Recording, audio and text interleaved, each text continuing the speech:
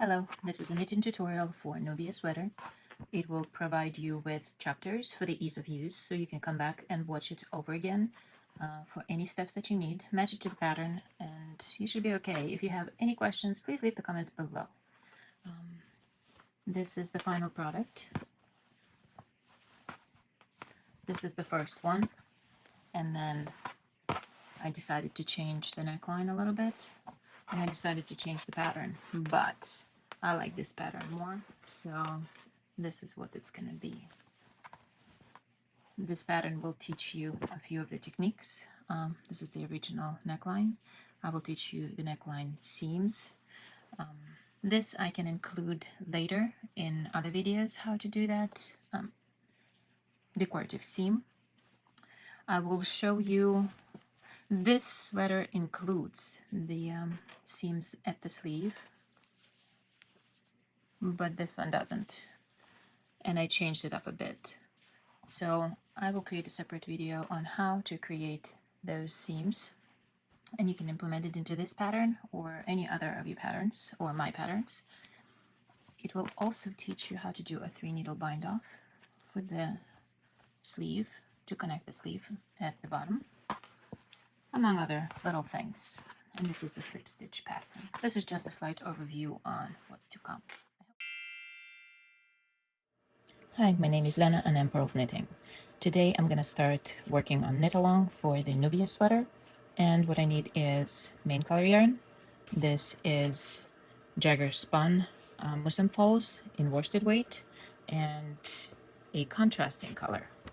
I need also a set of needles and a lot of stitch markers, beginning of the round stitch marker, something very unique. Then I will need 4 stitch markers to mark the neckline to sleeve transition, and also, well, a lot of removable stitch markers to mark different parts of the body of the sweater. Okay, let's start with the neckline. Neckline, I will be working with, I already did my gauge swatch, so I know the sizes of needles that I will need. Please check yours.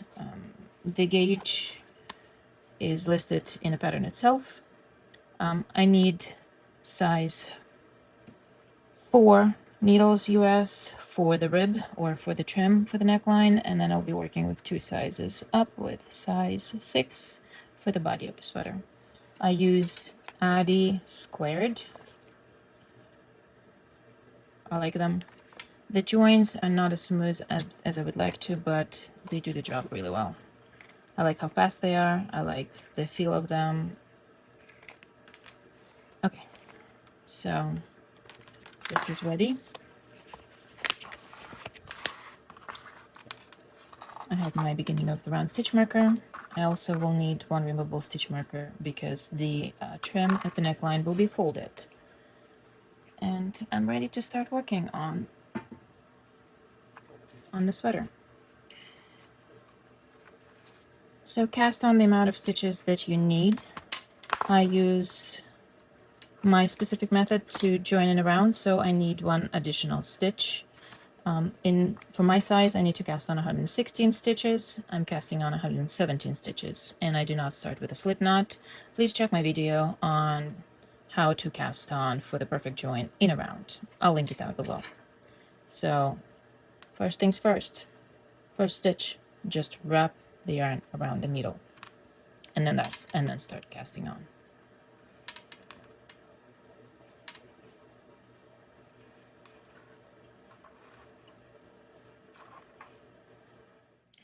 So I cast on the required amount of stitches plus 1, and I'm ready to join in around. I'm gonna make sure my stitches are not twisted.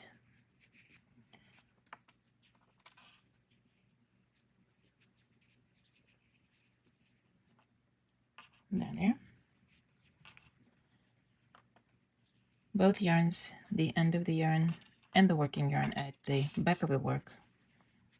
What I'm gonna do next is I'm gonna slip the stitch off the right needle onto the left. I'm gonna grab the second stitch. I count from the tip of the needle over the first stitch. Actually, let me show you. This one will be twisted, so make sure it's not twisted. It's just the way that we cast on. So I'm gonna slip it over the first stitch on the left needle, and then I'm gonna slip this stitch back onto the right needle. Tighten the yarns. This is necessary step so you know which stitch you're gonna be pulling for the double fabric. So this is the first stitch of the round. I'm gonna place a removable stitch marker onto that stitch. I'm gonna place beginning of the round marker on my right needle. I'm gonna make sure that the free end of the yarn is placed over the working yarn, and I'm gonna start working in pattern. My pattern here is 2x2 rib. I'm gonna start with knit 2, purl 2, and keep working like that to the end of the round.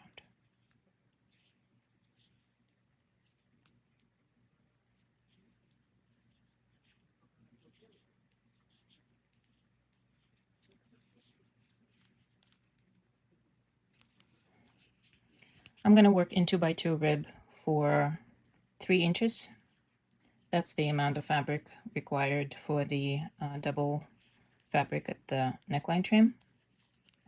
And I'll keep checking in and show you my progress on this.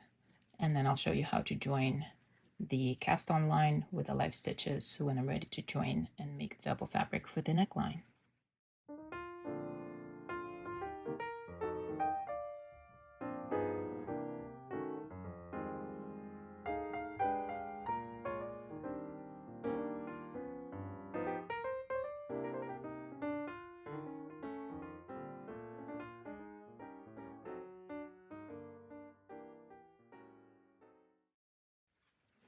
I have worked the collar trim and I'm ready now to fold it and create a double fabric collar at the neckline. I wanted to show you, this is that perfect join that I like to use. It's not going to be visible here because we're going to fold it and create a double fabric, but it's still pretty nice to have. So fold the fabric in half. So the stitch and the cast on edge is aligned or behind the work and aligned with the needle with live stitches.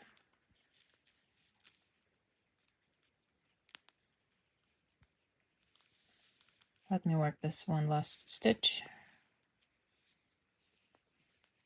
Slip the stitch marker, and now we're ready to join the cast on line with the live stitches. This is where it comes in handy. The stitch that's marked with the removable stitch marker, place it on the needle knitwise and knit it together. Knit 2 together. So let me remove the stitch marker so it'll be easier to do it.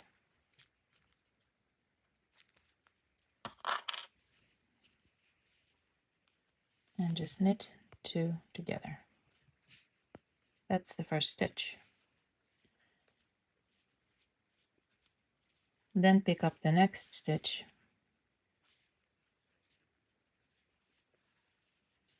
from the cast on edge.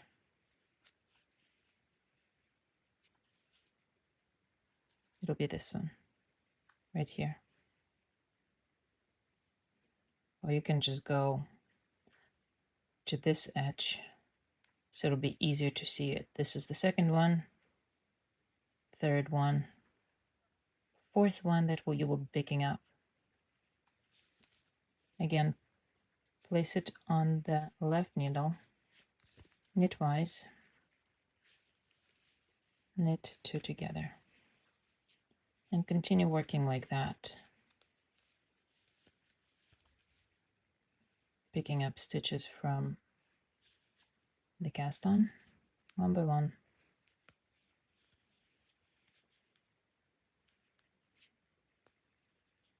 There we go. I'll continue working and repeating this step until I am done with the very last stitch. I'll show you a few more. Knit two together.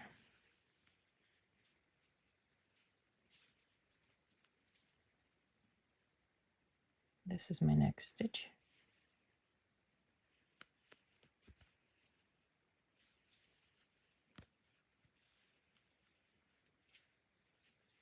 Knit two together.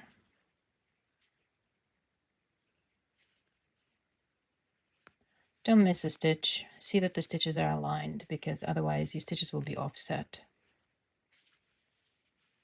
You want each stitch to align, and you can easily see it that it does, just following to the back of the work.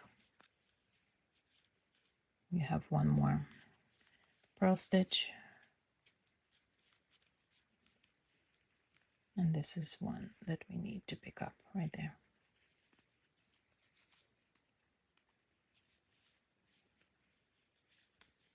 Place it on the needle,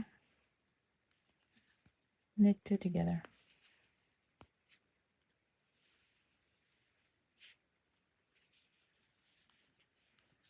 And it creates this beautiful seam.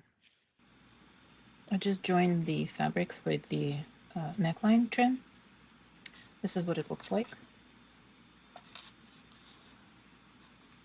Right side, wrong side. And the little end of the yarn I just hid inside the double fabric. I'm going to remove the marker, and I need to separate the stitches for the back and the front. Where the working yarn is, this is going to be my right side, and that's the side. Follow the instructions for your side on how many stitches you need to knit to transfer to your larger needles on the first needle and then the second needle. I'm going to need one needle. I'm picking the larger size up. I will be working with larger needles. I checked my gauge, and size 6 is perfect for for my gauge. If you need tighter, you might go size larger. In the pattern, it will be defined as larger size needle. And so I need 2 needles for this with 47 inches or longer, possibly, cable. One of them I will remove the needle tip, and I will have stoppers. On the other one, I will be working with the other one, so there will be a needle tip attached to each end.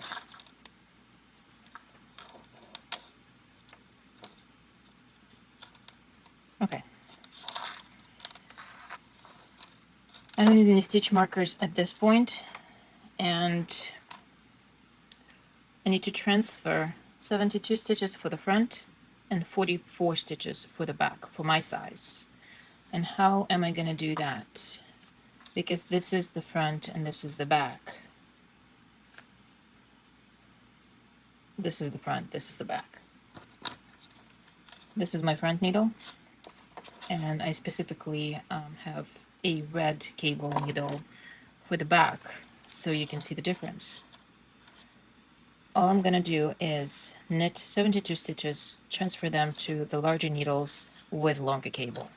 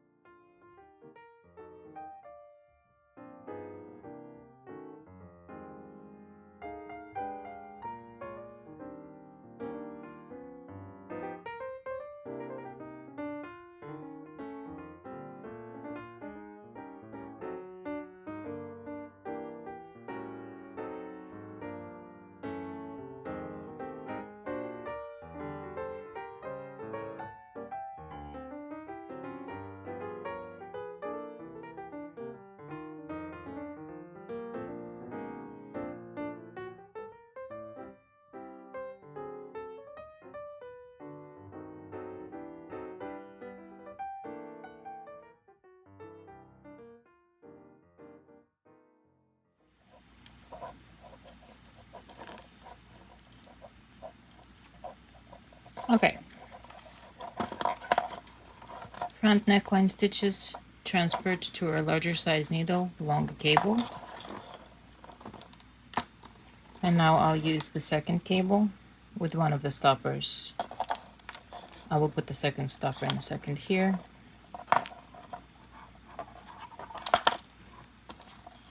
And I will knit 44 stitches to transfer them to the back needle.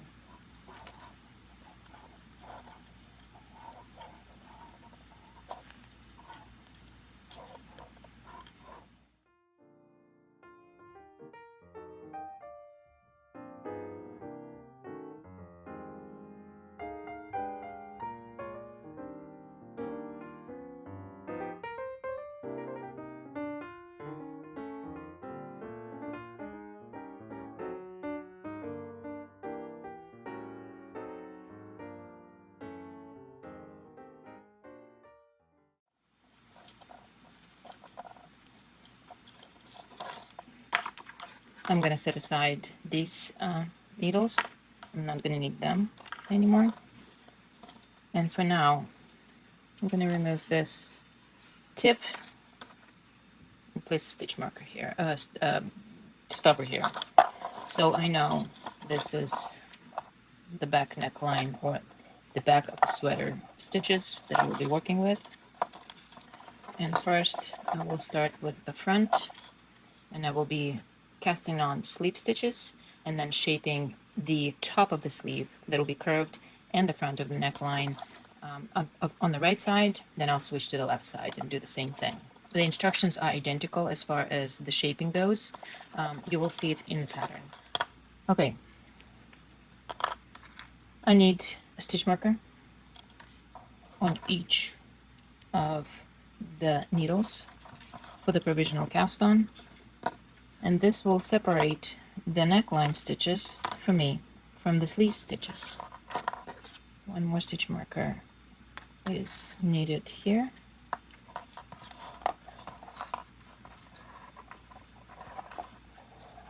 So on each needle there's a stitch marker. I'll be working with this tip, right side, front, back. So this is the wrong side, this is the right side. I need the working needle at the top of the work to be able to cast on, provisionally cast on stitches using 2 cable or 2 needle method. I have a video on that, I will link it down below, but I will show it to you here. The yarn is coming from this stitch here, the bottom cable. I'm going to be grabbing the yarn in front of the needle, moving the needle behind the cable, grabbing the yarn, bringing it to the back, needle in front of the cable, grabbing the yarn, behind the cable, grabbing the yarn. If you want this method in more detail, just watch the video on my provisional cast on. And now I'm casting on stitches. On each cable, just look at your pattern numbers, how many stitches you have to cast on for your size. For my size, it's 106 stitches, a total of 212 stitches on both needles. You will probably need just one number, 106 stitches for my size. So I'll be counting 106 stitches that I will cast on the tip on the needle, working needle.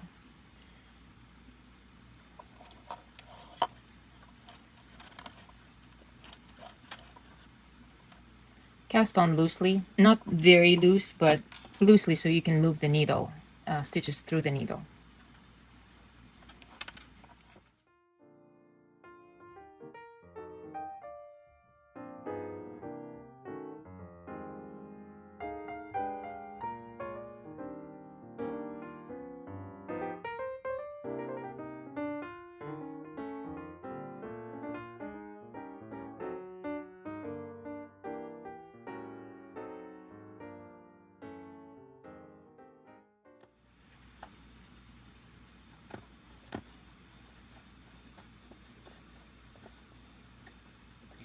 This is my last stitch cast on the tip of the needle.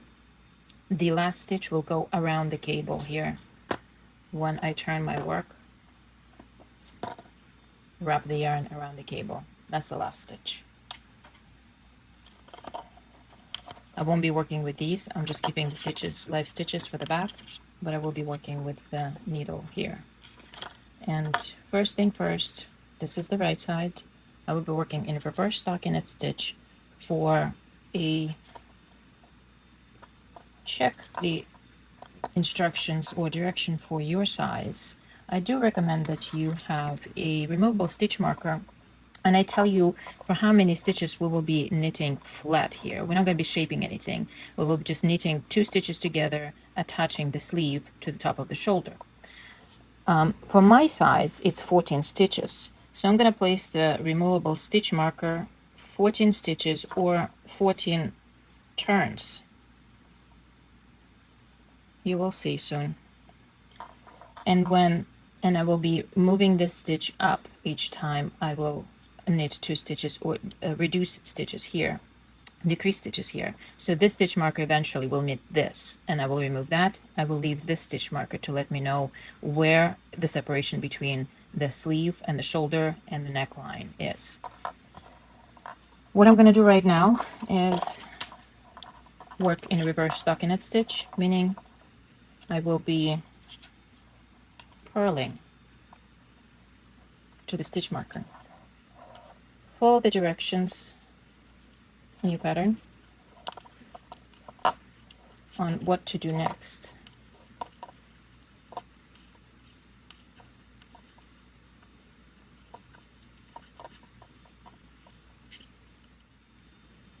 The last stitch is worked before the stitch marker.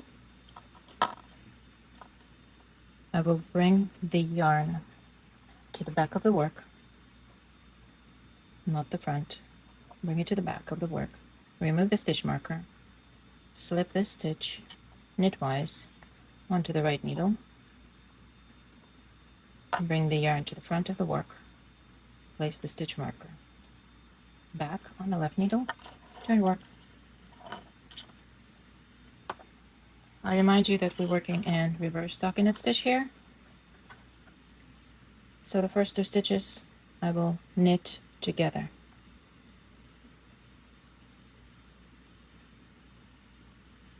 To keep that top part of the shoulder at the shoulder flat. I'm not shaping the neckline yet. And I will knit to the end of the row. And I will repeat this step until this stitch marker meets this stitch marker. I will be purling back, performing my little maneuver with moving yarn back and forth, slipping this stitch over on this side, knitting 2 together for 14 turns or stitches. And I'll come back when I will be at the stitch marker and show you again how to decrease 1 stitch at the shoulder.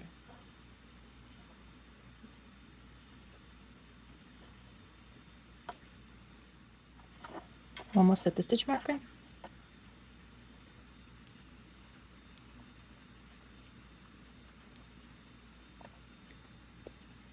And here's where I would love to do the purl stitch the right way. Why?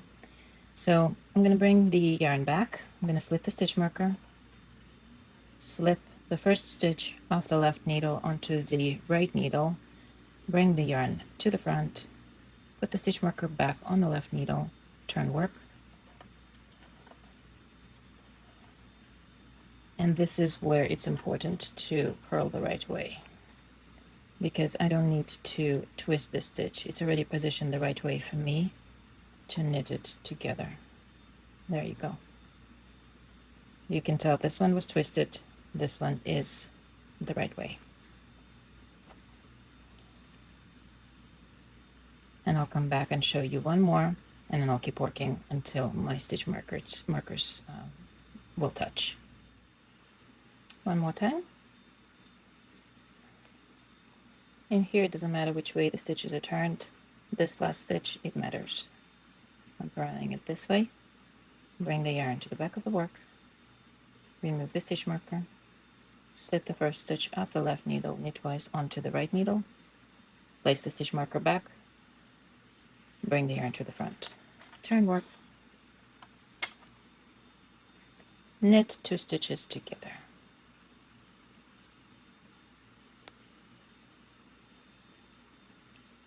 And then knit all stitches to the end of the round row. So this is what we have so far, and this is the right side. It looks nice.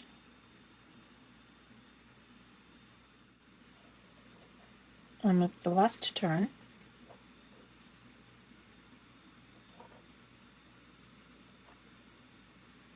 I'm going to remove the stitch marker,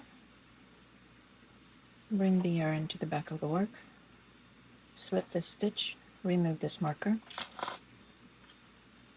bring the yarn to the front of the work, place the stitch marker back. This is my last turn. I'm gonna work back, last row,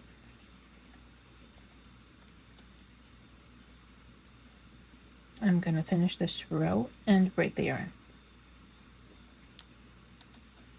right here.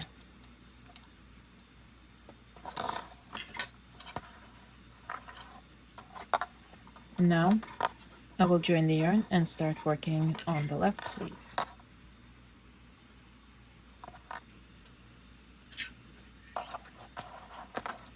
So this is what I have so far. Back neckline, front neckline, top part of the sleeve, and I'll break this yarn in a second. Prep work to be done for the left sleeve. The same thing, I need to put stitch marker on each needle.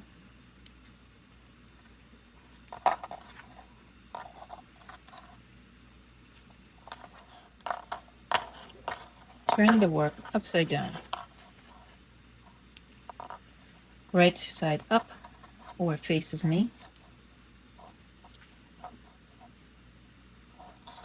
I'm going to join new yarn.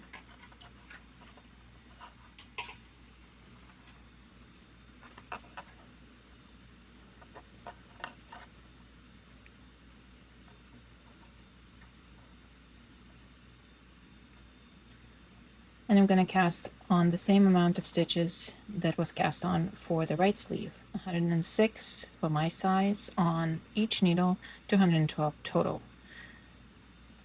Make sure the yarn is firstly wrapped around the cable and then wrap it around the needle. The needle going behind the cable, grabbing the yarn from the underneath, bringing it up. The needle going in front of the cable, between the cable and the yarn, grabbing the yarn, bringing it to the top. And I will keep going like this until I have 116 stitches on the needle.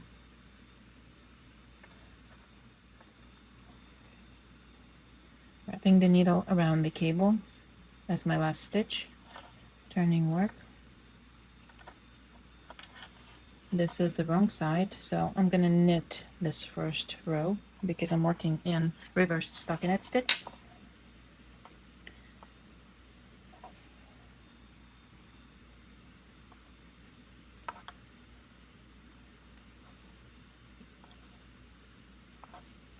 I will knit until I reach the stitch marker. From that point on, I'll be working in reverse from the other side, but it's the same thing. I also need to put my removable stitch marker, to place my removable stitch marker, 14 stitches for my size, away from the stitch marker separating the neckline from the sleeve.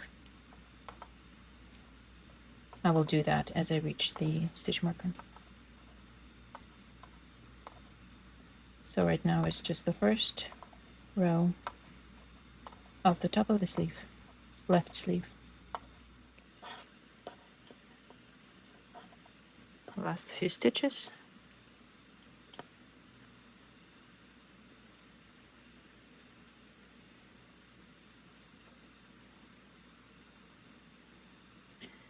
Now I'm gonna bring the yarn forward, remove the stitch marker,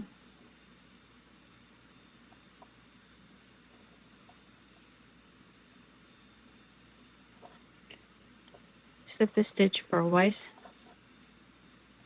place the stitch marker back, bring the yarn to the back. One thing I needed to do before this move is to have 14 stitches here. At this point it will be 13 because I just decreased one. So I'll count 13 stitches. This is where my work for the top of the shoulder will end. And I'm going to place a removable stitch marker there. When these two stitch markers meet, that's where my work for the top of the sleeve or the shoulder will be done.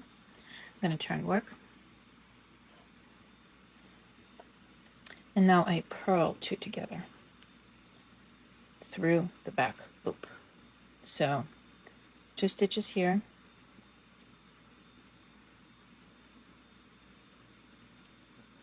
right there,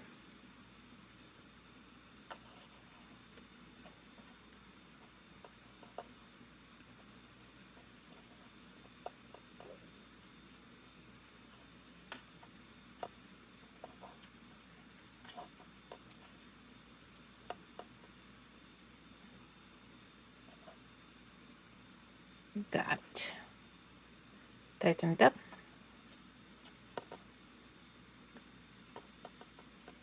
And now purl back.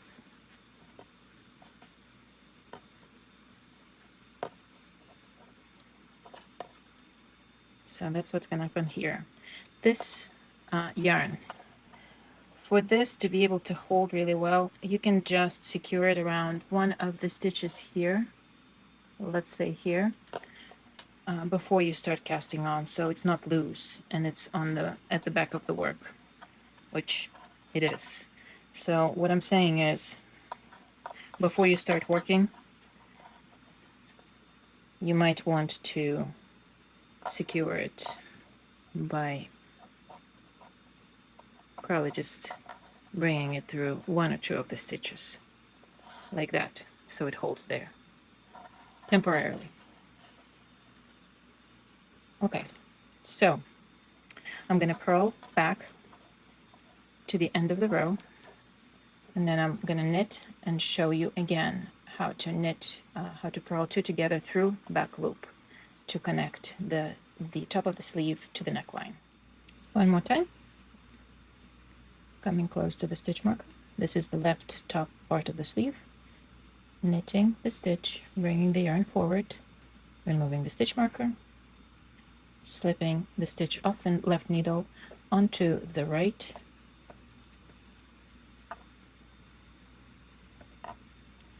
moving the yarn to the back of the work, putting back stitch marker on the left needle,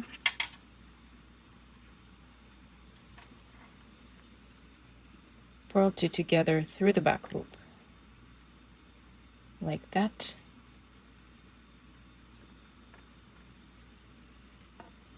and repeat this a total of 12 more times for my size. I'll look it up in the pattern until these 2 stitch markers meet, and I will keep working on that. Purl back to the end and keep repeating this pattern until these two stitch markers meet. This is the last stitch that I will purl together, and then I will turn and purl to the end of the row where I will break the yarn, and we'll work in stockinette stitch with the main color. Okay, so this is the last one. Knit it, bring the end forward, remove the stitch marker, slip the stitch, bring the yarn back, remove the removable stitch marker, place this stitch marker back, turn work,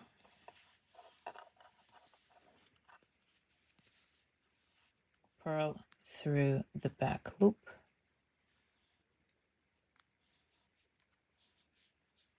purl 2 together through back loop, tighten it up a bit, and purl back to the end of the row.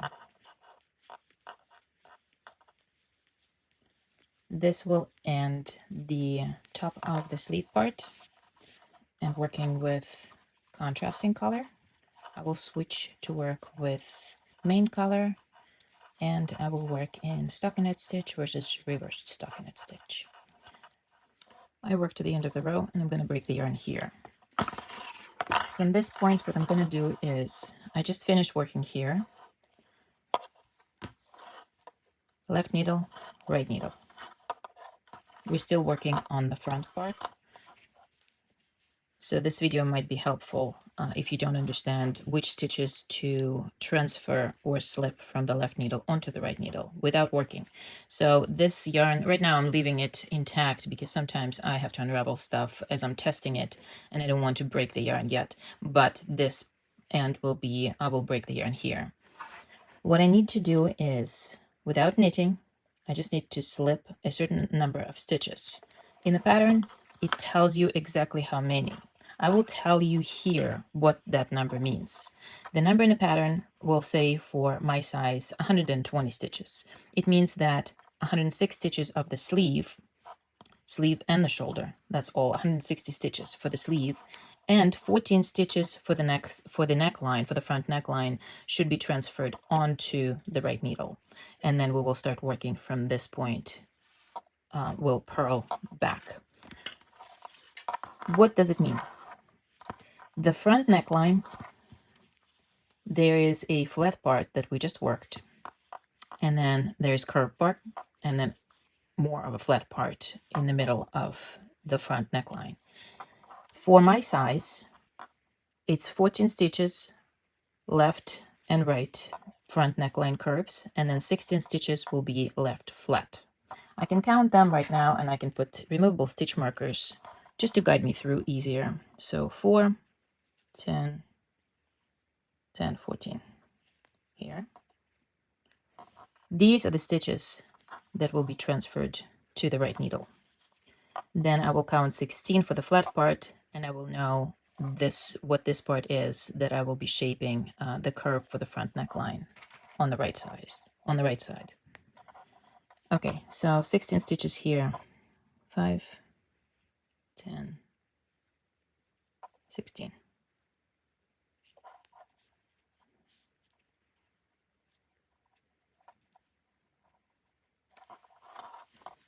So now you can see that this part will be flat, all of these stitches.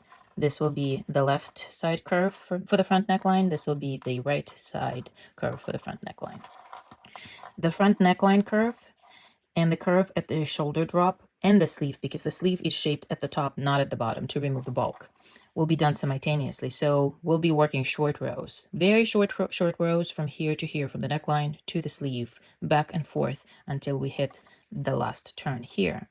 When we work the last turn here, we'll switch to work on this side, and we'll start working short rows here. And when we're done with short rows to shape the curve at the neckline, we'll be still working from left to right sleeve short rows. Keep shaping it up until we're done with that, and then we'll work flat for a little while and join in around to work on the body. The same thing will apply to the back, and I'll show you what to do with the back neckline, how to shape it, because it's not as extensive shaping as here, and I'll show you that later. At this point, what I need to do is, this is where my work just ended. This is still my working yarn that I will break, and I need to transfer, for my size, it's 120 stitches to the right needle. Just transfer, don't work those stitches, don't knit them, don't do anything with them, just keep transferring them.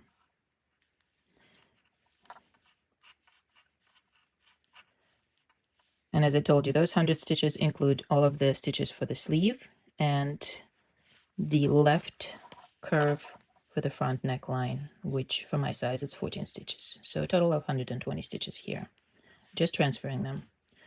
The yarn, the main color yarn, I will join at the flat part of the neckline. And it's all done strategically to remove the bulk and to be on the correct row, to have the cohesive transfer from short row to short row, from right side to left side. I'm almost at the stitch marker that separates the sleeve with the neckline. I'm going to slip it to transfer to the right side needle and transfer 14 more stitches, including this stitch marker. This is supporting stitch marker. It's not identified in the pattern, but I suggest you just watch the video and place those additional supporting stitch markers. Okay, so I'm ready to join the yarn and start purling from here on. This is the wrong side. This is the right side. We are working in stockinette stitch, so wrong side, we're purling. I'm joining the main color yarn.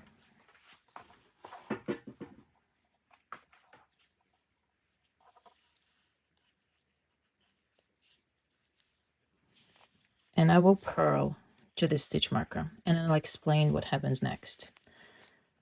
And again, it might be a part of the pattern, it might not yet. I haven't decided yet. It makes the pattern more complex. So I left enough of the yarn to be weaved in here. And to explain the process, this stitch will be the last double stitch from the curve worked with the main color. There will be a join here, so it will be a smooth join. You won't be able to see it, so leave enough yarn here to join the double stitch when it will be worked later. From here on, as we work through the front stitches, okay, this one, what happened here is I just need to slip this yarn over. Sometimes it happens when you knit.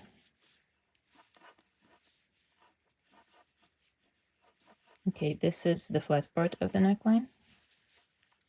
There. Slipping the stitch marker, my supporting stitch marker,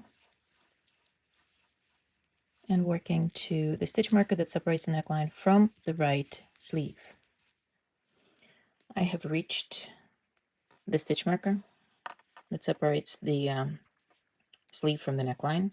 I slipped it onto the right needle, and I will continue work in reversed stockinette stitch, meaning I will knit.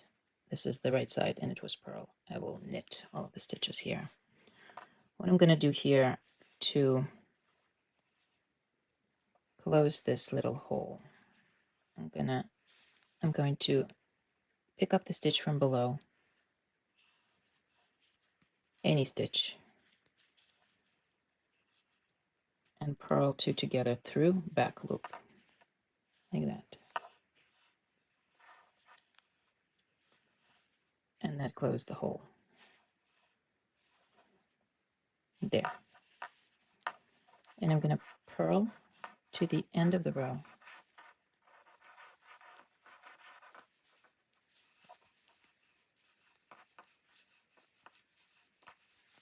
And on the next row, we will start shaping the neckline and the sleeve.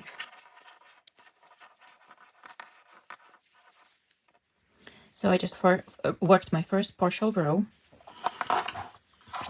Partial because I joined the yarn here at the flat part of the front neckline, and I worked my way to the end of the right sleeve.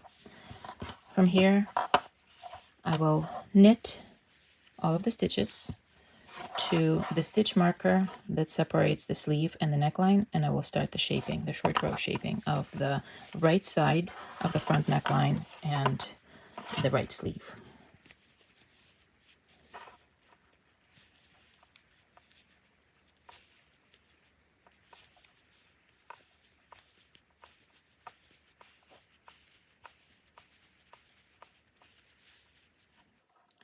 I'm almost at the stitch marker where I will start the work on with the short row shaping. And in here, I will show you how I use the stitch markers to support and guide me through this process.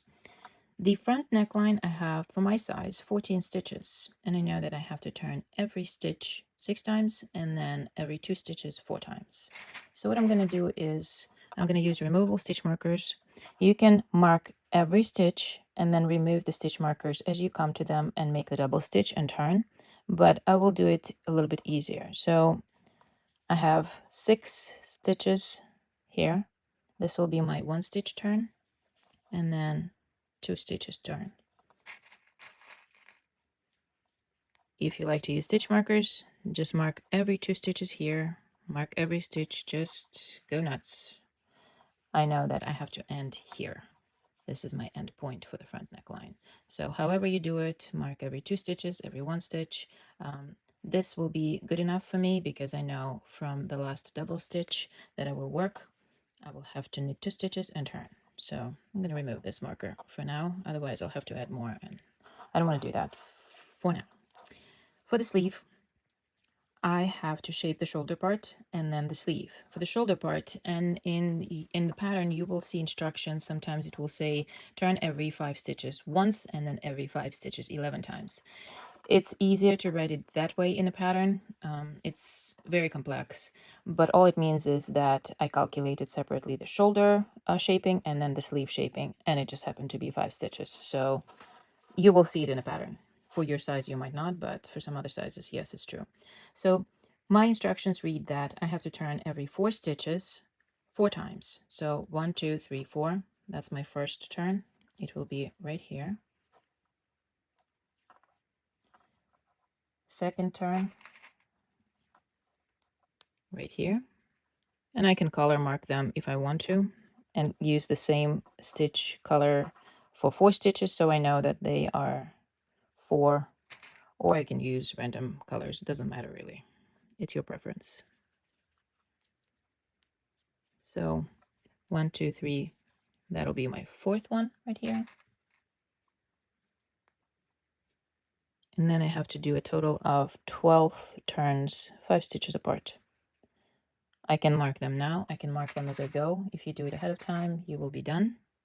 And it does help you guide through the process, especially if you're watching TV, reading a book, whatever else you do while you knit. And once you get a hang of this, it will be very easy to follow. You just need to understand my way of creating a pattern and working a sweater seamlessly.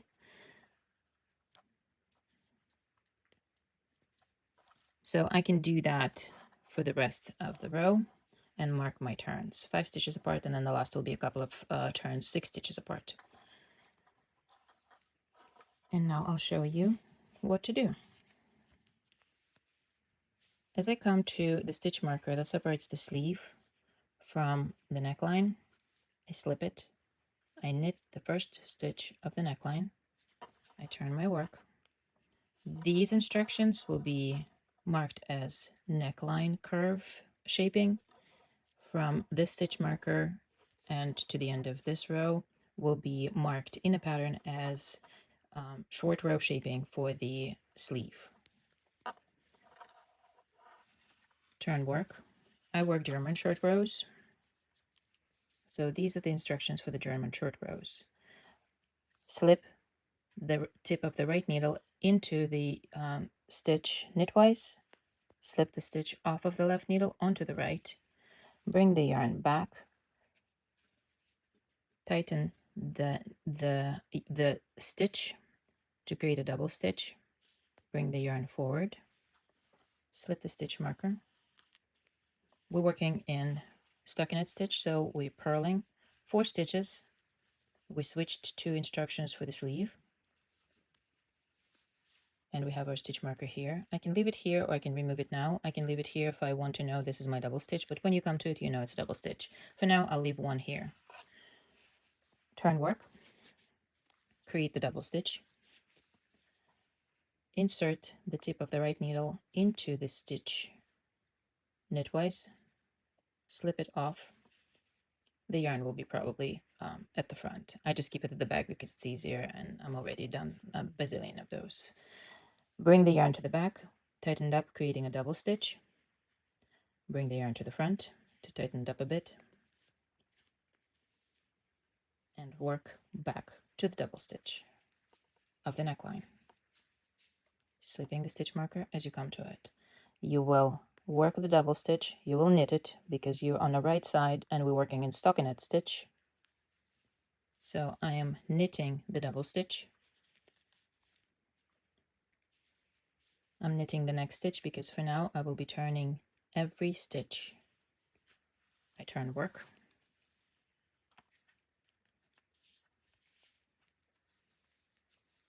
With the yarn in front, slip the tip of the right needle into the stitch on the left needle, slip the stitch onto the right needle, bring the yarn back, tighten the stitch up, creating a double stitch, purl the next stitch, remove the stitch marker, slip the stitch marker, knit to the double stitch, purl to the double stitch, work to the double stitch, purl this double stitch. Here we go. Whichever way you purl. This is not very comfortable for me, but I'll do it this way. Here we go. You can remove this stitch marker now, or you could have removed it before.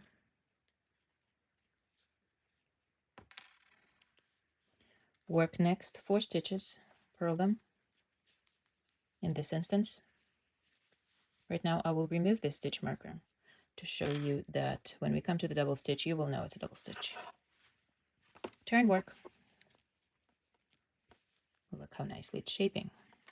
You can see the shoulder drop shaping, and you can see the more steep of a curve for the neckline shaping.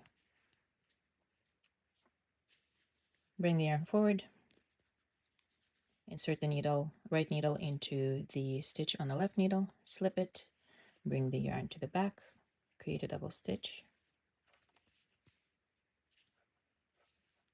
knit to the stitch marker.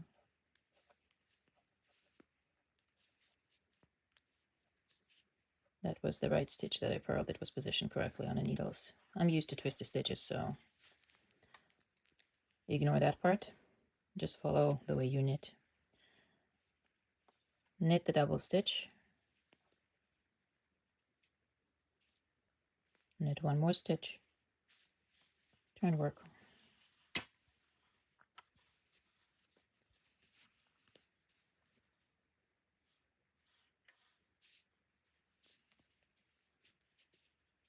Create double stitch.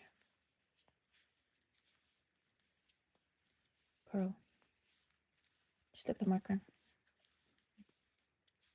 Go to the next double stitch.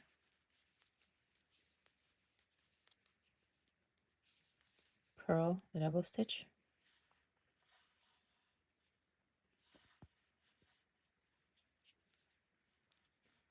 Purl next stitches, 4 stitches, or until you hit your stitch marker.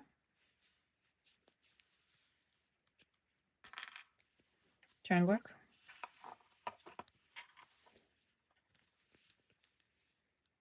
Create a double stitch. Knit to the stitch marker.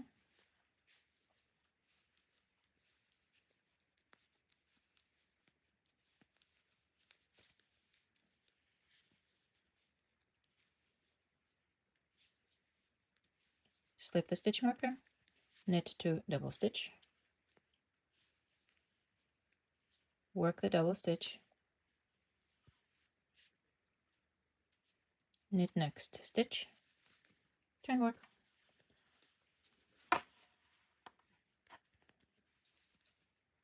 And keep going like that.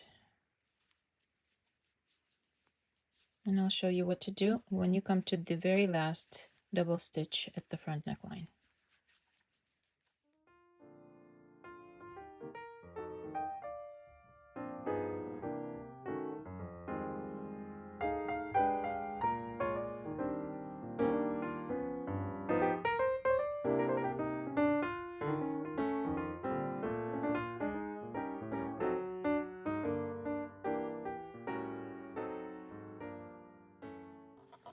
I'm at the last turn for the right side of the front neckline, and I will switch to work on the left side temporarily, and then I'll work sleeves from right side to left side. Keep shaping them. The last double stitch at the front neckline. You can leave this marker for now or remove it. This is the most important one here for now. and we need to work to the end of this row, slipping all of the stitch markers.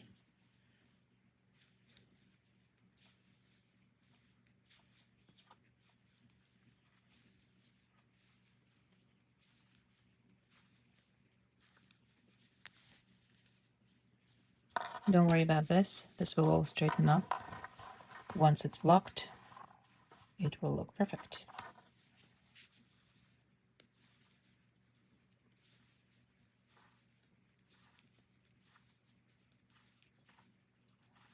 Keep the stitch marker here. Just slip it. Tighten the end up so the stitch is tightened. And keep knitting all the stitches to the end of the row.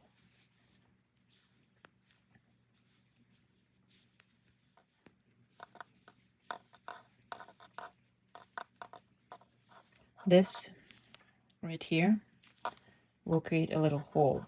To avoid it, what you need to do is grab any stitch from underneath, anywhere, literally. Knit two together.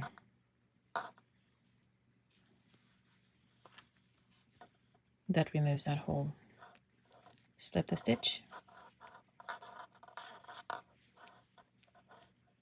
You can do the same thing here. Just grab any stitch from the row below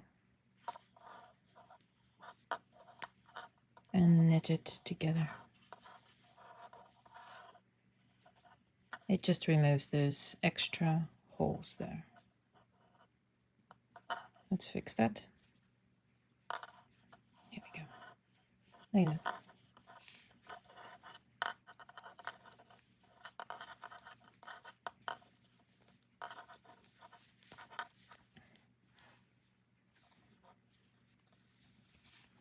Don't worry about this. This will be a double stitch. You will see how smooth the transition will be later.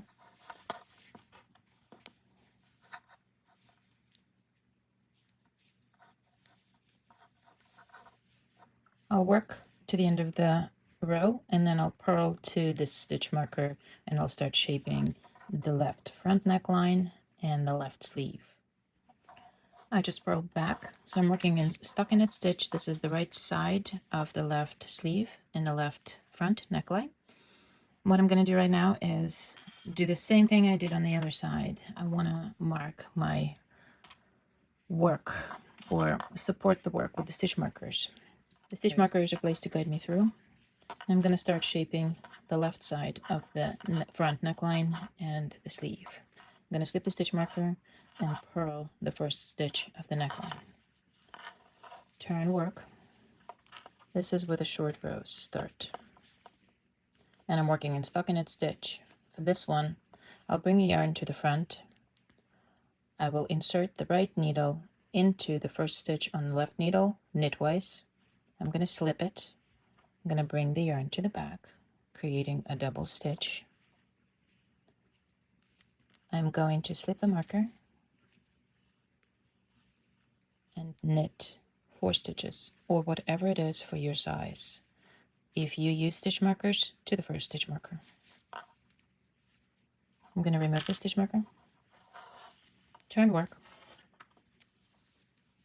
With the right needle, insert it into the first stitch on the left needle, slip it, bring the yarn to the back, creating a double stitch. Bring the yarn to the front, start purling.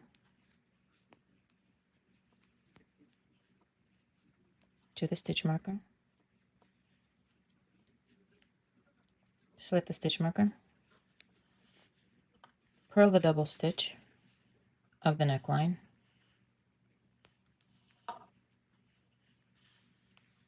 like that.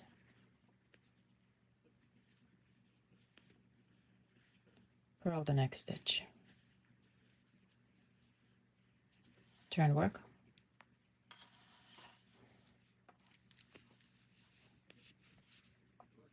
Bring the yarn forward, insert the needle into the first stitch on the left needle, knitwise, Bring the yarn back, creating a double stitch. This stitch was positioned properly, that's why the right leg was in front of the needle, because I purled in a different way. And then knit to the double stitch, slipping stitch markers. These stitches are positioned properly again because I was purling the right way. Knit the double stitch and knit the next amount of stitches defined by the pattern or to the stitch marker if you use it. Slip the stitch marker, turn work, keep working short rows. Insert the needle into the first stitch on the left needle, the right needle, knitwise, slip it, bring the yarn to the back, creating the double stitch, bring the yarn to the front, start purling.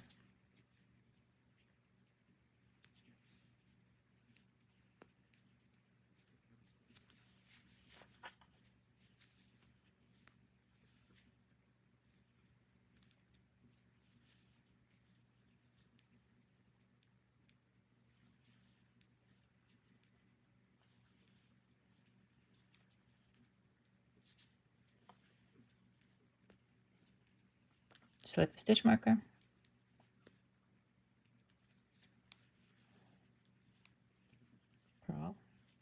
purl the double stitch,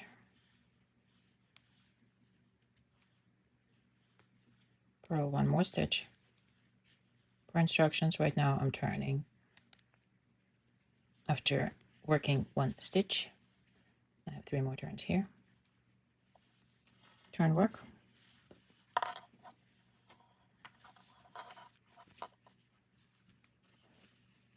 bring the yarn to the front, insert the right needle into the first stitch on the left needle, knitwise, slip it, bring the yarn to the back, creating a double stitch,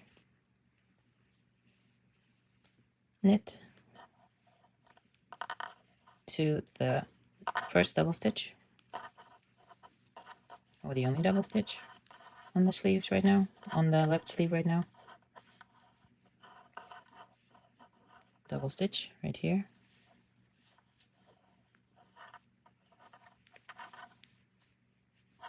and knit to the next stitch marker or knit the amount of stitches instructed by the pattern until the next short row turn. So this is the left side shaping.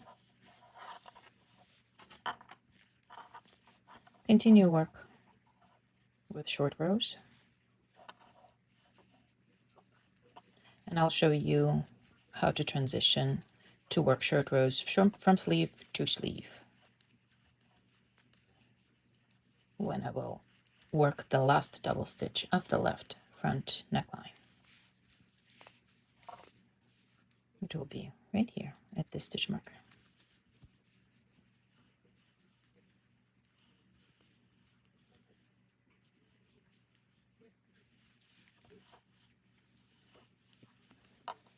I'll keep working like that, following my instructions until I have the same shaping as on the right side, and I'll come back and show you how the transition goes, and then a full couple of rows from right sleeve to left sleeve, still doing short rows.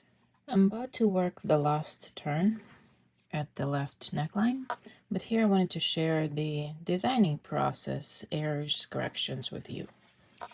When I slipped the stitches, prepping for the first row with the main colored yarn, I told you to slip the stitches for all of the stitches for the curve of the neckline, which was for my size 14. And then I put the stitch marker on and I started knitting the flat part. Here's what's happening here. So this is where I joined the yarn for the flat part and started purling to the right side. Right now it looks nice at the join where the last double stitch will be. If I will make this double stitch, if I were to make this double stitch, it pulls the contrasting color yarn a little bit too much into the join here. So what I'm going to do, I'm going to correct the pattern, and I'm going to correct this on the fly. What I need to do is to take this free yarn and start knitting, purling one stitch earlier, back before all of this was created. So I'll correct the stitch, the pattern, and I will let you know that you need to actually start working here and then place the stitch marker and keep on working. How do I do that right now to correct it? I'm going to drop the stitch. Sorry, I have to do it through the viewfinder. I'm going to pick up this stitch. This I will need to still make that stitch, but for now I'm going to take that end of the yarn and create a stitch right there. If I pull it, it'll be a valid good stitch. Now I have to come back and add this stitch as if it was always there. This is how it works. And if this stitch was always there, like that, this will be tightened up. It will all look good in the end. So this is my last turn. This is the beginning of the flat part. I'll adjust the pattern. Please watch that video. If you're watching it again, I have chapters. Come back and see where I made the mistake. Make the correction. The pattern will be correct. The video will be incorrect to this point. So let's make the last double stitch. Pull the yarn to the back, tighten it up. And now knit to the double stitch at the sleeve. If we tighten this stitch up, this is what you see right now. Beautiful, right? There is no jog. It's a beautiful transition. You won't even know there's a double stitch there. It's going to be great. And it'll be weaved in. It's going to be great. Okay. So let's get ready to transition and work from sleeve to sleeve until we're done with all of the short rows. Check your pattern for the number of short rows and the stitches for each short row apart.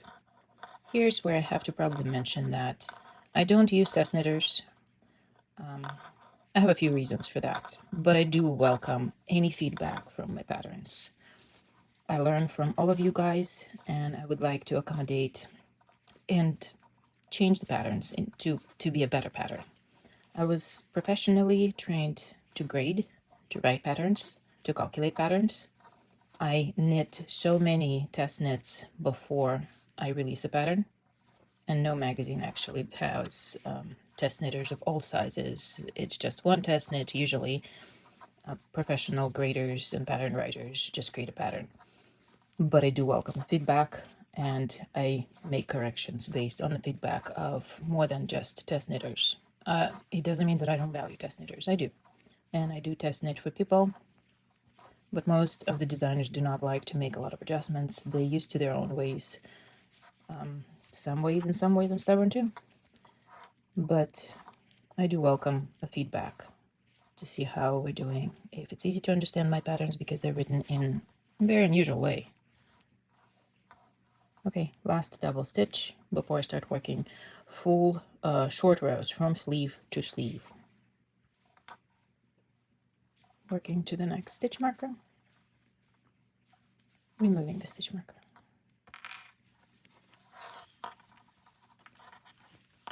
And this will be the first longer short row. So make the double stitch.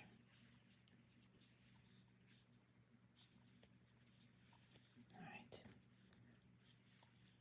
It's just slower for me to purl that way. So I'm just going to do it my way.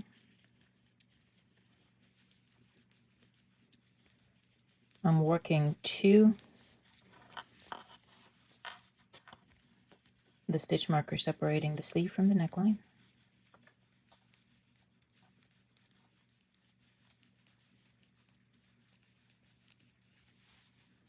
Slip it.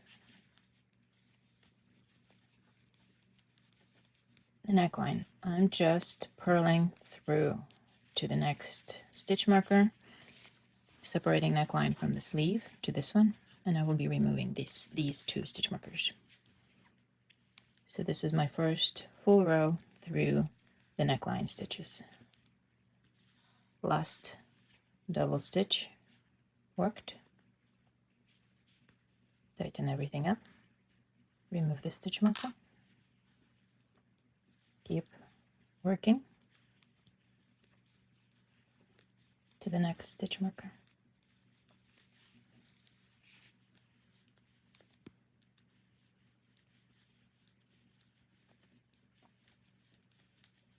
I will not need this stitch marker anymore. I'm going to remove this stitch marker. I already worked the double stitch here, so I don't need to do that. And I will work to the double stitch of the right sleeve and keep working short rows from right sleeve to the left sleeve. This is the wrong side of the work. This is where I join the yarn, and the correction will be made to include that one extra stitch. And this is the right side of the work. Right there. Beautifully shaped 2.5 inch dip. And I will be working short rows from this side to this side until I work the last short row. I'll come back and show you what to do next after I will finish with the short rows from right side to left side of the sleeve. Just keep working double stitches, working to your next turn, create a double stitch. It's the same motion.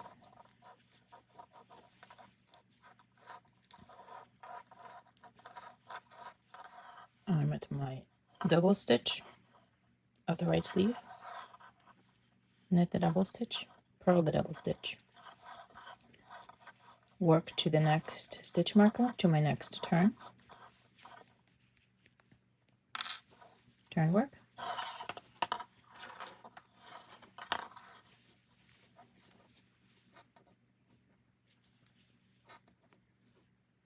create a double stitch, work to the double stitch of the left sleeve, and keep working double stitches and turns. And I'll keep doing it until I reach my last stitch marker here.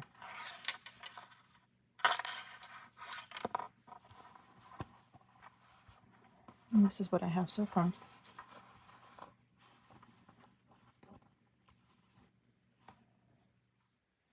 Checking in the progress.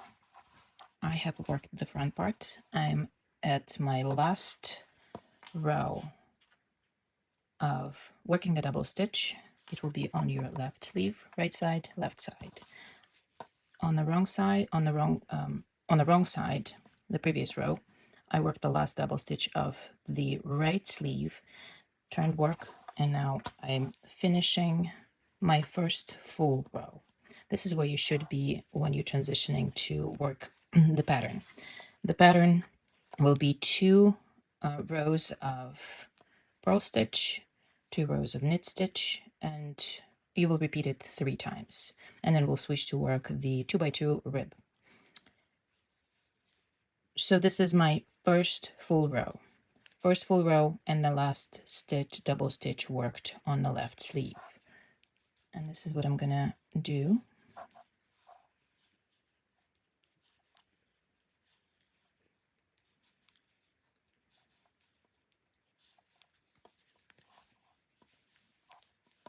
So that part is done. Now I'm switching to work the pattern. It will be from the left sleeve to the right. I start with the wrong side.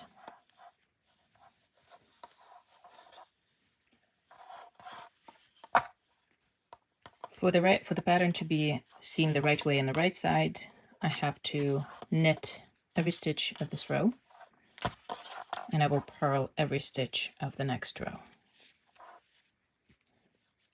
Wrong side, right side. Let's do this.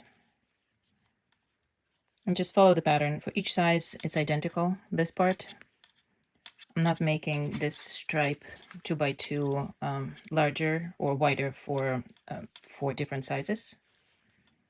It's just 3 repetitions of 4 rows. So this is what's gonna happen. There you go.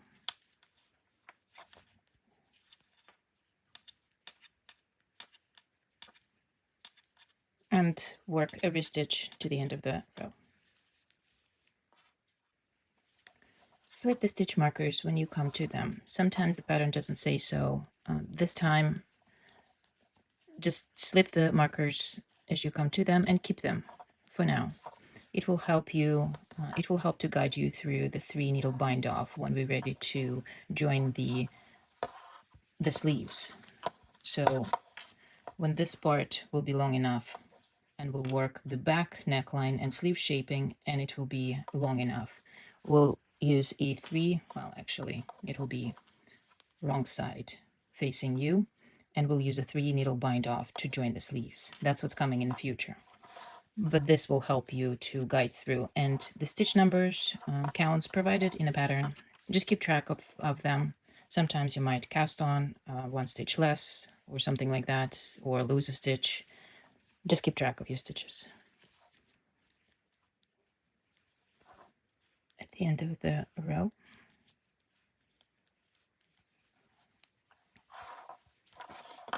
I'm on my right side of the work, and I will purl every stitch of this row, slipping stitch markers. I'll show you a few stitches done the right way, but this progress is very slow for me. And although the stitches are turned the right way, this is faster and easier for me.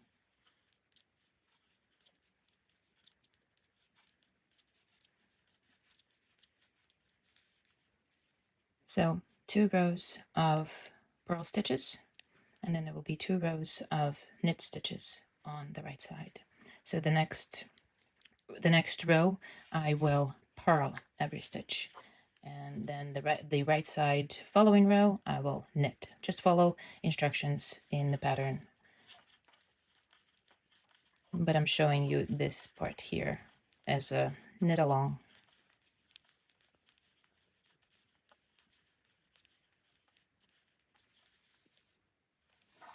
Keep in mind that because of the short rows, we will be 1 row off. Here's what I mean. This is the left sleeve, and this is the right sleeve. We will have an additional row here, and there will be 1 less row here. It's okay, it's not going to be noticeable. And we're going to keep on working the pattern. This is the 3rd row of the 4-row repeat, and I am going to purl every stitch of this row. And it creates a 2 by 2 row situation instead of 2 by 2 rib. So that's what it's going to look like. And I'll have another knit row, and then these 4 rows will be repeated 3 times. Well, when I'll have the 4th row.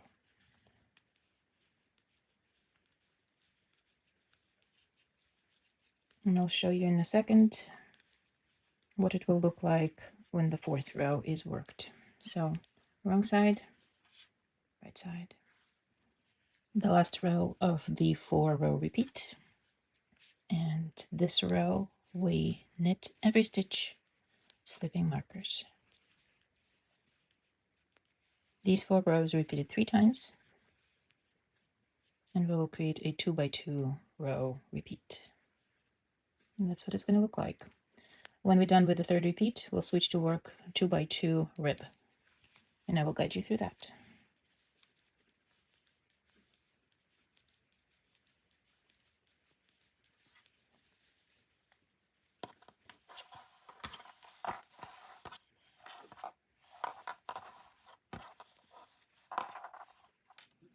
I have worked this part of the pattern and I'm ready to switch to work 2x2 rib for check the pattern for the depth of the 2x2 rib.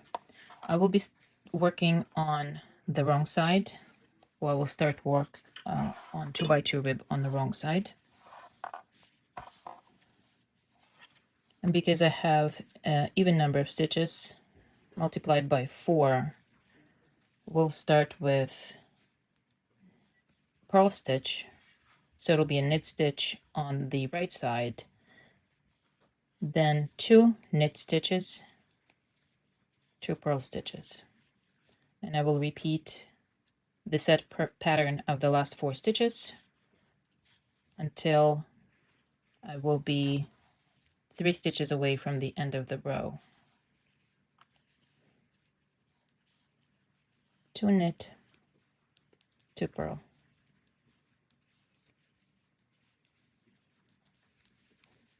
So I'm just setting the pattern here, and I will be working this pattern for my size. It's 1.2 inches. I'm at the last 3 stitches. I'm finishing setting up the 2x2 rib pattern. I will knit 2 stitches and purl the last stitch. Switch to work on the right side.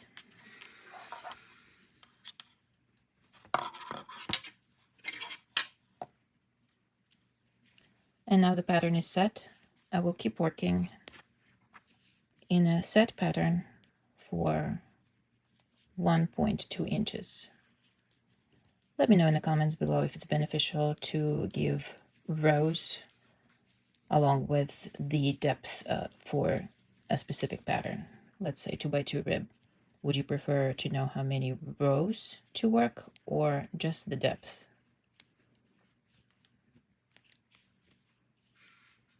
I'll keep working like that and I'll come back to show you what the outcome is. And from that point, how to transition to work on the back neckline and sleeve shaping. And from that point on, we'll be joining the sleeve using 3 needle bind off and working the body and around from that point on. So this is what it looks like. I just finished working 2x2 rib, and the yarn, you have to make sure that you end work on the wrong side, meaning the yarn will be on at the right sleeve. This will get it ready for the 3 needle bind off. What you need to do is approximately either follow the pattern here to have the length of the sleeve what you want it to be, and also the width of your body, what you want it to be. But approximately just measure 3 lengths of the yarn for the 3 needle bind off, something like that, and then break the yarn here. And we'll get ready to work on the back neckline and back part of the sleeve in a second. All right, so what I need to do now is I'm gonna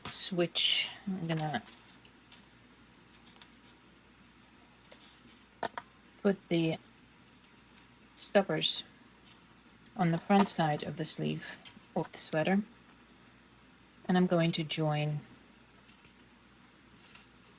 the needle tip to the back side of the sweater. Same goes for the left side.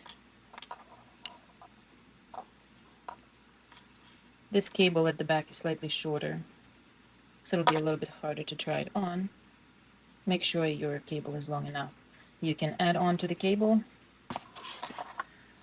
Adi provides the extension in any of their kits. You can use that and just connect additional cable to the existing cable. Make it longer. and I'll probably will do that later. So let's see what we're working with. The front part is done. Now we need to shape the back of the neckline curve. Here you will have, for my size, I will be using 7 stitches to shape just that little part of the back neckline, that little curve there. So let me mark it. I'm going to mark it with red stitch markers. 4, 3, 7. So this is where it's going to be for the left side. I'll do the same thing for the right. 7.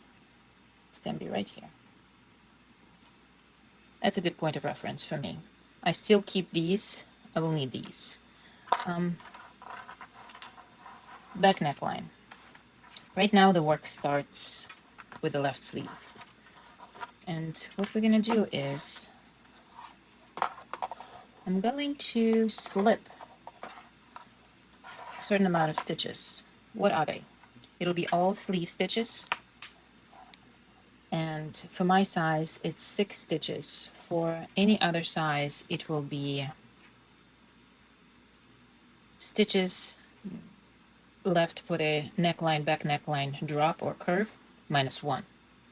So all of these stitches should be transferred onto this end of the needle.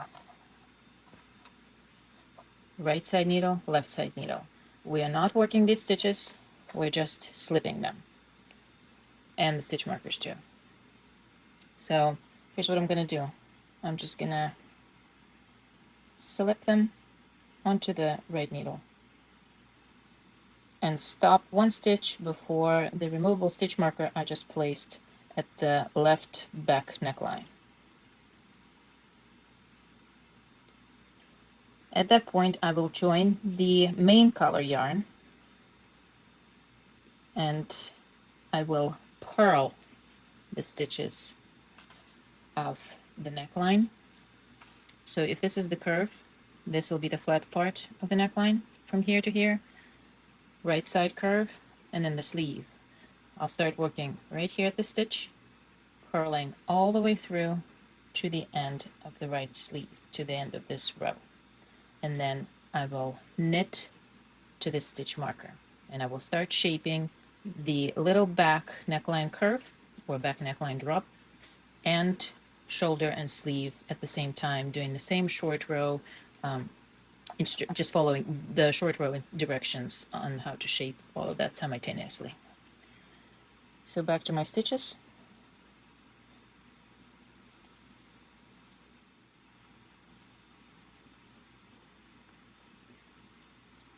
Slip the stitch marker.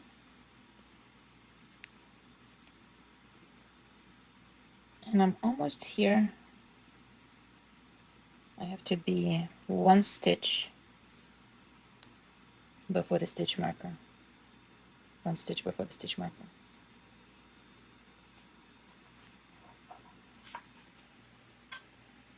I'm going to join the yarn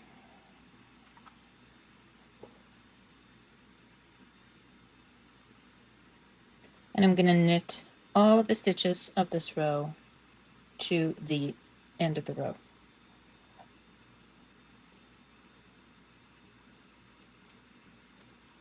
Slipping stitch markers as I go.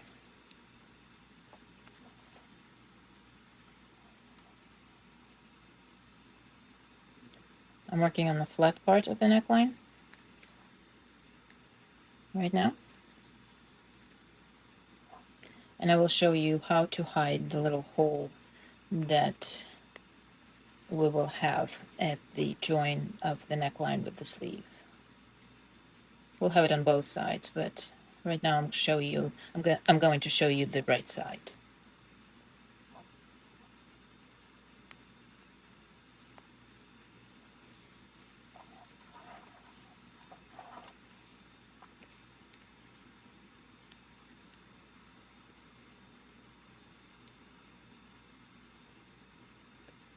This marker identifies where this short row back neckline shaping will end.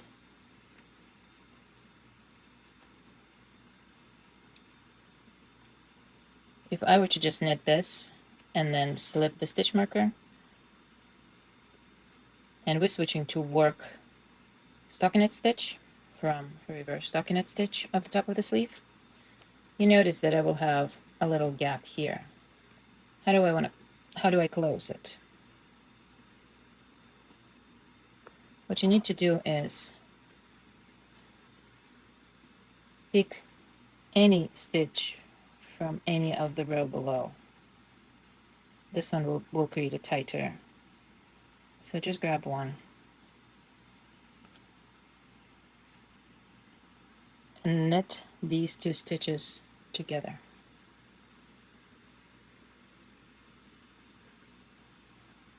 That'll be the first one. Slip the stitch marker and do the same one with this stitch. So anywhere below the stitch, I'll just do this one. Knit two together. Do you see how nicely it closed that little hole there? This stitch marker I placed previously, it's my 4 stitches of the sleeve shaping. I will place it later to support, as a guiding support for me to know where I need to turn at the sleeve. I'll do it when I'll come back to this stitch marker. And now just knit to the end of the row. I finished working the first row. I'm going to switch to work on the left side, on the wrong side, and I'm going to purl all of the stitches to this stitch marker that separates the sleeve from the neckline. For the neckline curve, I am not going to place any more stitch markers. I know where to end, and my instructions read that I need to turn 1 time after 1 stitch and 3 times after 2 stitches. So it will be this stitch, after this stitch there will be a turn, and here will be the last turn. And then I'll switch to work, then I'll work to the left side and work the left side shaping. After the left back neckline shaping is done, I will start working longer short rows from the right sleeve to the left sleeve, building that material at the back. What I will do right now is I will place supporting stitch markers to guide me through this process of short rows. I have placed all of the supporting stitch markers for the short row turns for the right sleeve, and I am ready to start working on the back part of the right side, shaping the back neckline, and at this point just the shoulder. I will purl this row. Every stitch of this row I will purl, slipping the stitch markers.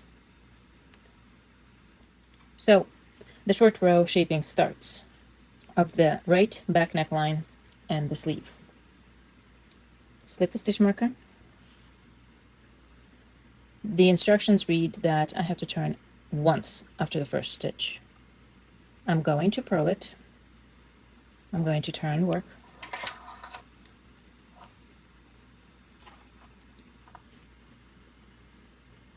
Bring the yarn to the front, insert the right needle.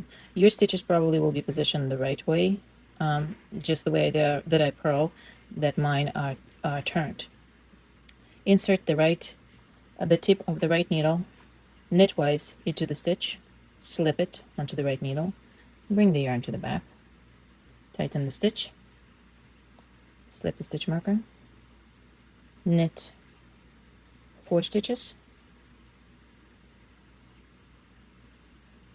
onto your stitch marker. At this point I will remove my stitch marker, turn work,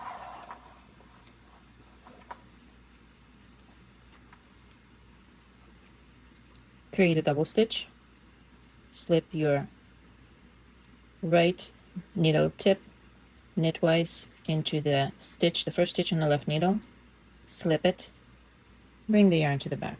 This is German short row method. Tighten it up, bring the yarn to the front, and start purling. If this is the way you purl, This is the way I purl.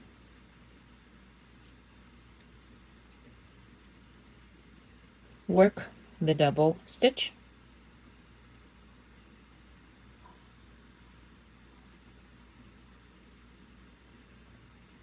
And now I need to purl or work in stockinette stitch. 2 stitches, turn, work. I have 4 turns total. I'm on my second turn. Bring the yarn to the front. Your stitch will be positioned the right way. Slip the needle tip of the right needle into the first stitch on the left needle, knitwise. Slip the stitch onto the right needle. Bring the yarn to the back. Knit to the double stitch, slipping marker.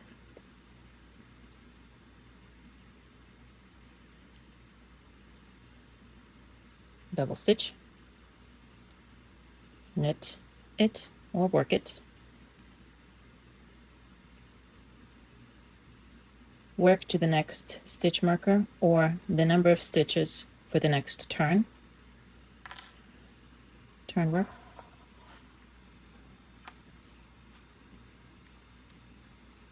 Create a double stitch. Insert the needle into the first right tip of the needle into the first stitch on the left needle. Slip it. Bring the yarn to the back. Tighten it. Bring the yarn to the front. Purl to the next double stitch, slipping the marker. When I purl like this, my stitches are looser. When I purl this way, my stitches are identical to my knit stitches, the tightness.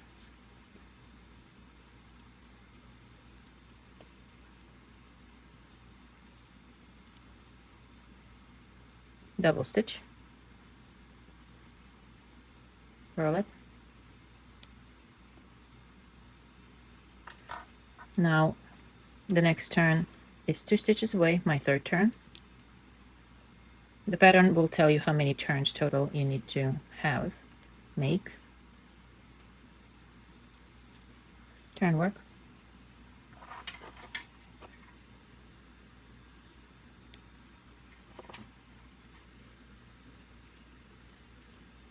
Now you can see that it's shaping nicely, that back neckline drop. I have it with all my sweaters, whether they worked like that in this type of construction, whether they yoke. I still build shoulders, I still build back neckline. It's a challenge, but I prefer to have a better fitting sweater than just a cone that you will try to fit over your body. So next turn, there's 1 more left. Repeat the same instructions. Work to next double stitch.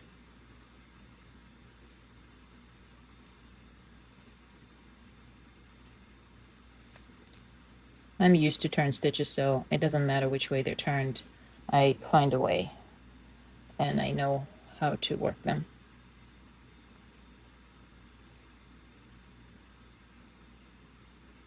Double stitch.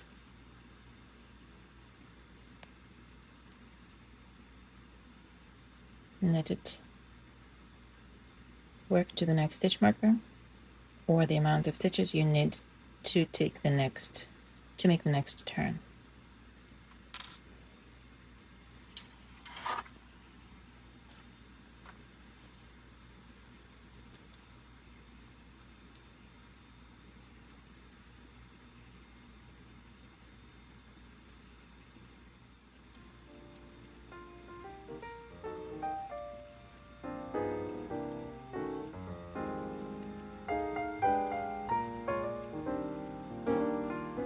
Double stitch.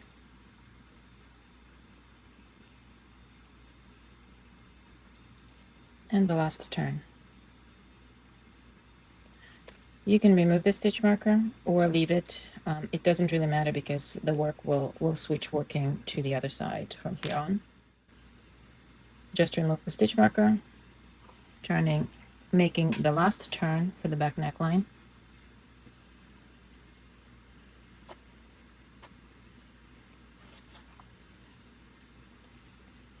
And on the next short row, I'll switch to work on the left side of the back.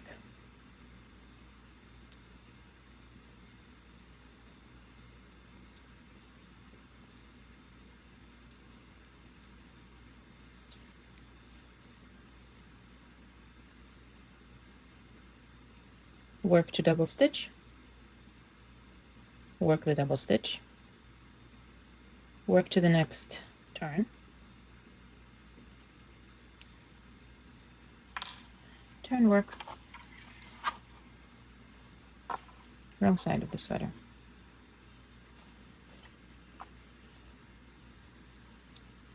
And now we have to switch to work on the left side.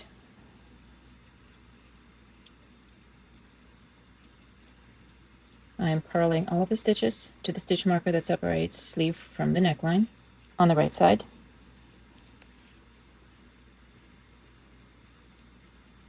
I'm slipping the stitch marker right there.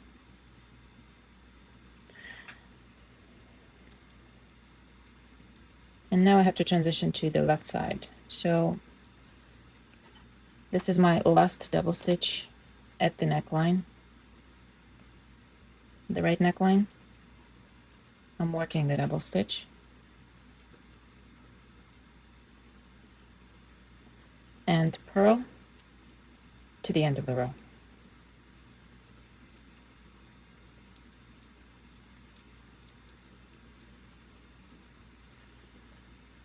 Flat side of the back neckline. This is where we join the yarn. Keep on working.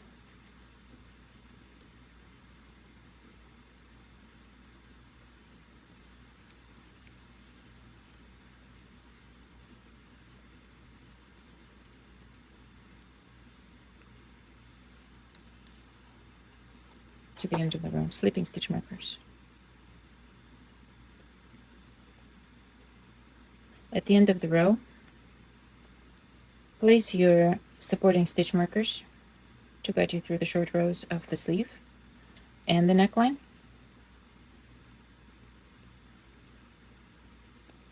And then knit all of the stitches to this stitch marker so we can start the short row shaping.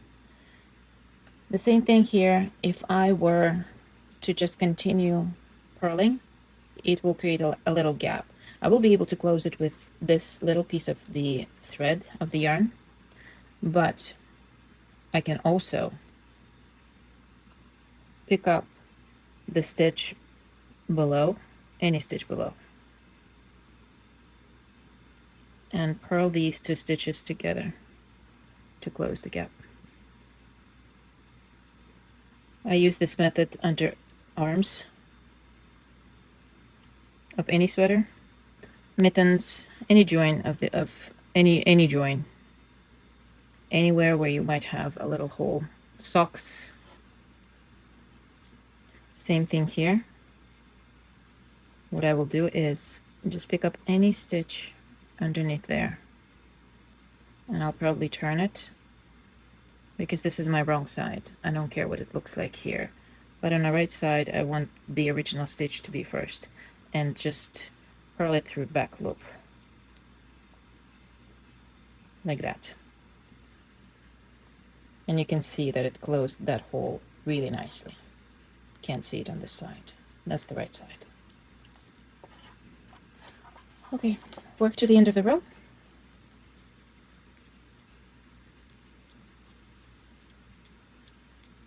Place your supporting stitch markers and start working on the left back neckline drop and the shoulder and sleeve shaping. I worked to the end of the row and I placed my stitch markers as I went. If you do it while you work on that row, you don't need removable stitch markers. You can just use regular normal ones because you will be slipping them as you go. But sometimes if I'm somewhere ahead of work and I just need a little bit of guidance and support, I will use removable ones so I can easily take them off, put them back on. So I'm gonna knit to this stitch marker here and start working short rows for the back neckline drop and the left side of the sleeve.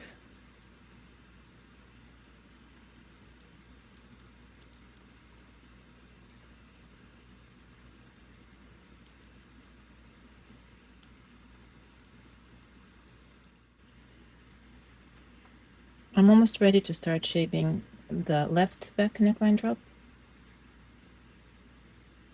I'm at the stitch marker, set the stitch marker, and knit the first stitch.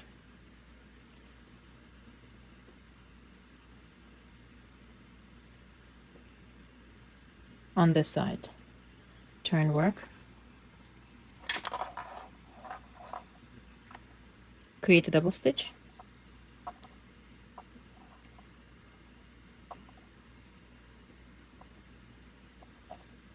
Slip the stitch marker.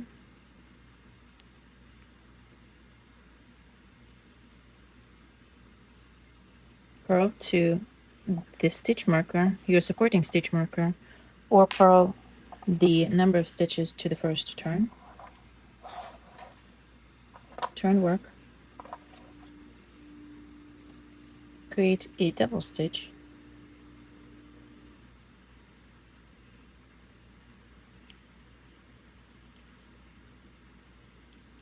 Work to the double stitch, slipping stitch marker, knit the double stitch. The next turn is 2 stitches away. I will knit 2 stitches, turn work, work to the double stitch, create a double stitch. We've been through this process, so I'm just going to do it faster.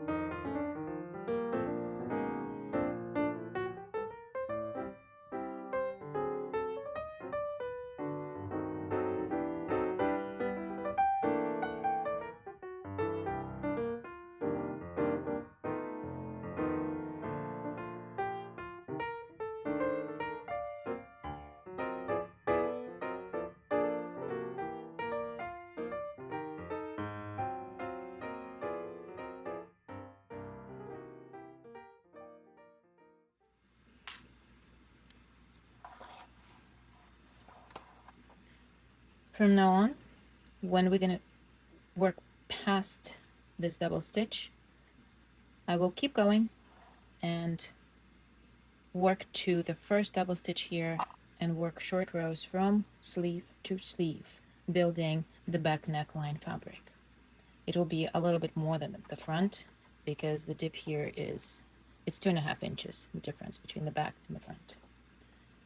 And you can see that we've built a beautiful back neckline drop here, and we're building the shoulder drop, and then the shaping the sleeves, creating a curve at the top so the bottom will not have additional fabric. Okay, now let's see what this will look like when we come to the double stitch and work it.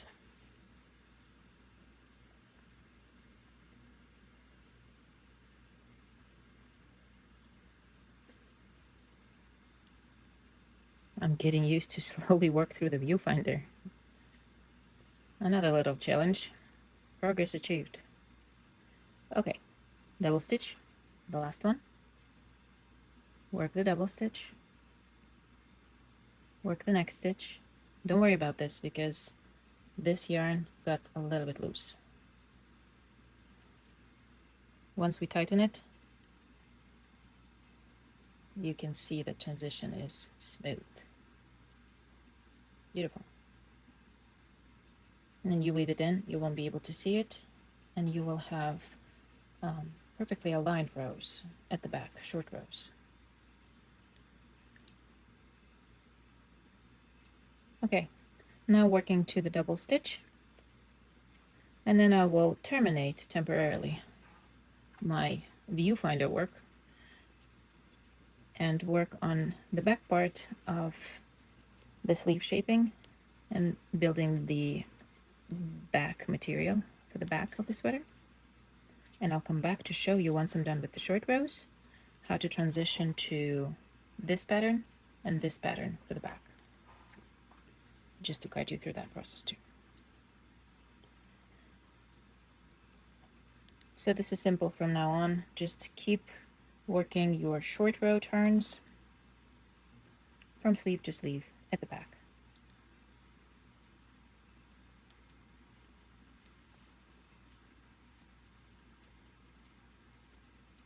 Now we're almost at the double stitch of the right back part of the sleeve.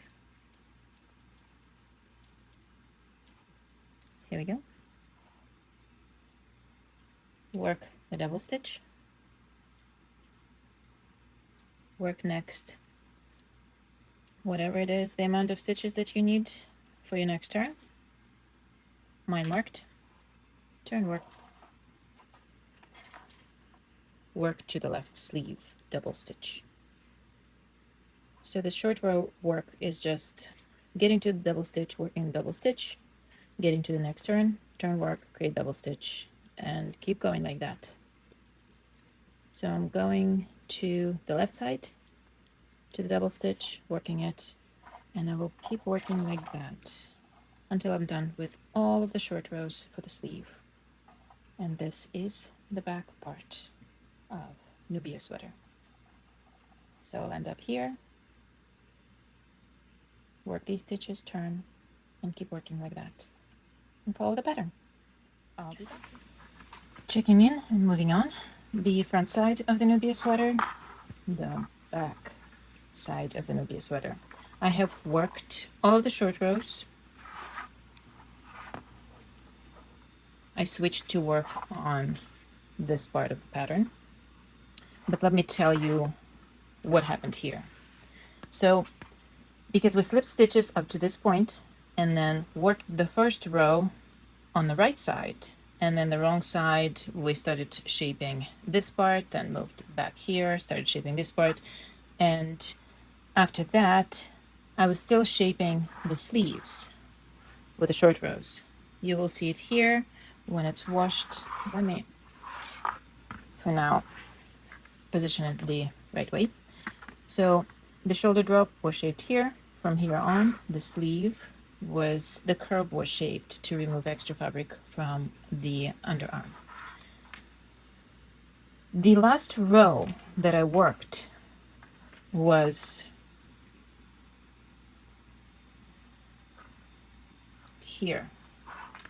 So the last row of stockinette stitch was ended up here, left sleeve, and it was wrong side. From that point on, the first row of the pattern 2x2 rows started on the right side with a purl every stitch of the row.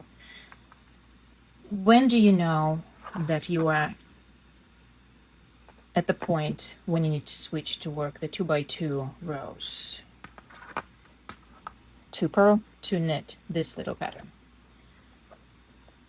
It will be always on the right side, the right sleeve, wrong side. You will work the very last double stitch and then you keep going to the end of the row. Right, left, excuse me. So you will be on the left working the last double stitch, then you will turn and you will work the first row on the right side. It will be purled stitches. Just follow it in the pattern will tell you correctly, even though sometimes I'm confused here. Okay, right now you will work the repeat of 4 rows 3 times and continue working that first row of 2 purl, 2 knit rows. We're going to work it a total of 3 times, and then we'll switch immediately right after the last repeat. We will switch to work 2x2 rib. We'll work it 1 more row than you worked here. How do you know that? If the end of your yarn will be on the right sleeve, then you have to end on the left sleeve. Why? You will use this yarn when you're ready You will join the sleeves, the live stitches of the sleeves, wrong side facing you, right side inside of the sleeve, and we will be doing 3 needles bind off.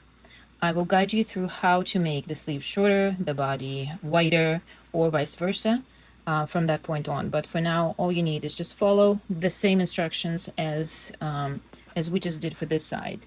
The difference is here we ended on the wrong side and we started working on the right side, this pattern. It's,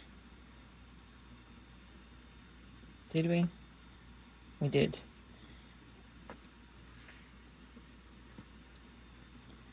So I'm going to finish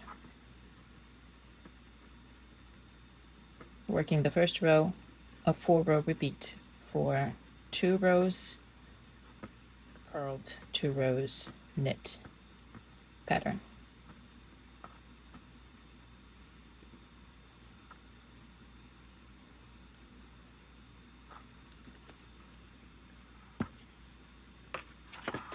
Before I continue and work and knit every stitch of this row on the wrong side, I'm going to show you what we have so far. We've built enough fabric at the back. You can see how beautifully the back neckline drop shaped, and we have a deeper front neckline drop shape or curve shape.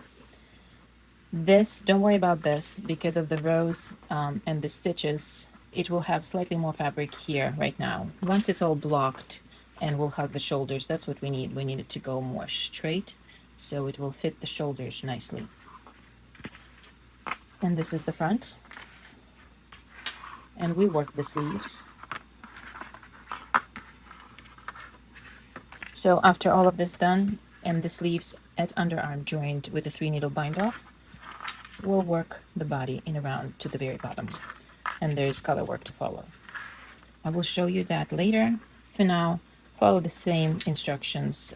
Basically, they will be reversed, but follow the same instructions as you did for the front, for the back. First, we will do this little part, and then the 2x2 rib. And I will come back and show you how to join the sleeves, how to connect the live stitches of the sleeves, and how to transition to working around. This is the bird's eye view of the sweater, front and back, right side, left side, before the 3 needle bind off to create a seam at the sleeve, and I will show you how to do that in a minute.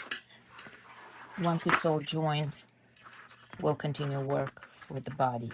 You can see that I already have placed stitch markers on each side, the supporting stitch markers where I need to stop with the seam for the sleeve on the right side and on the left side. I have the same thing.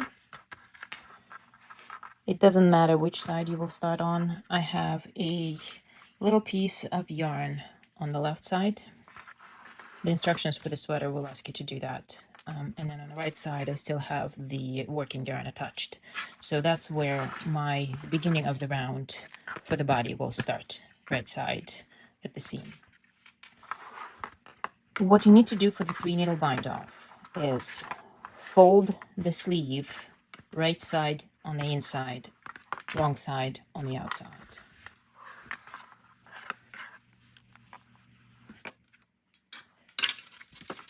Three needle bind off. We just folded the sleeve right side on the inside, wrong side on the outside.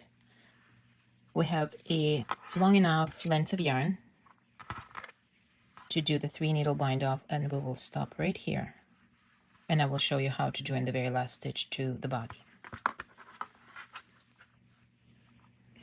With the front needle being with the working yarn and the back needle with the stitches, it doesn't matter where this is, but according to instructions, the yarn will be at the front needle.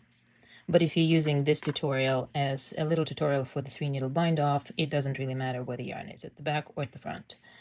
You will need an additional needle. It doesn't have to be a full needle, actually. Let me just disconnect it. All you need is just a supporting needle. because the rest of the stitches will stay on the cables, original cables. This is just to work the 3 needle bind off.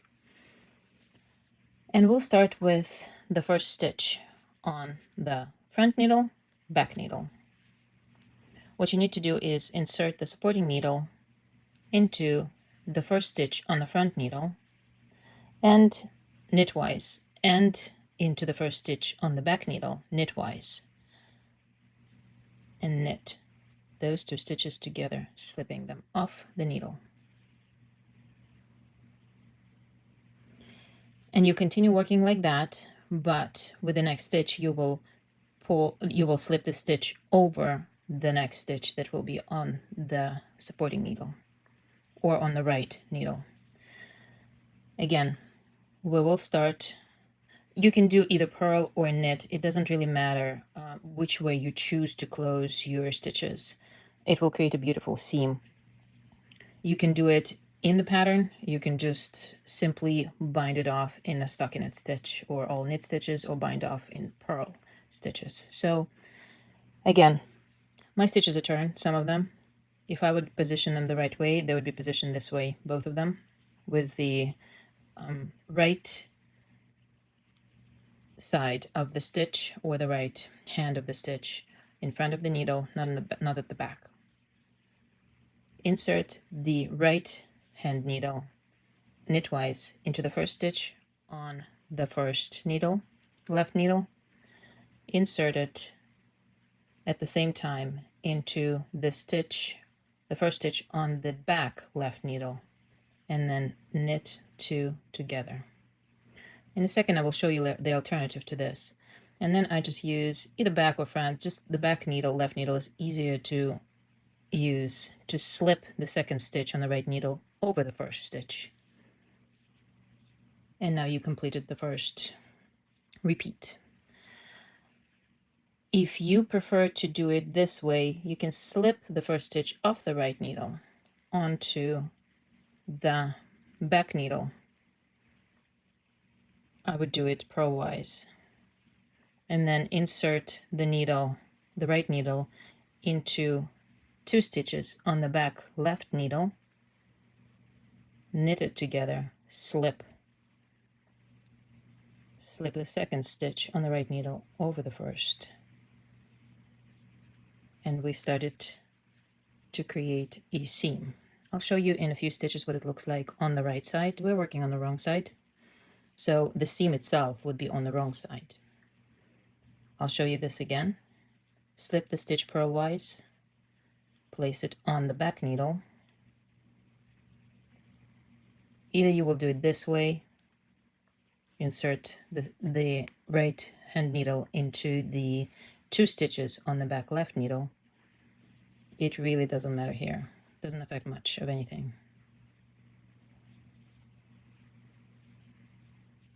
I prefer to use it this way. Insert the right hand needle into the first stitch on the front left needle, then into the first stitch on the back left needle,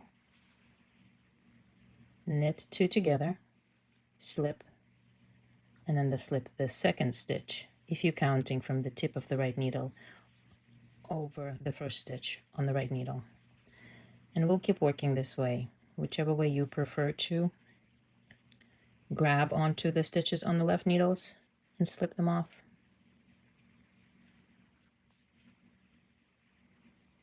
Or you can do it this way.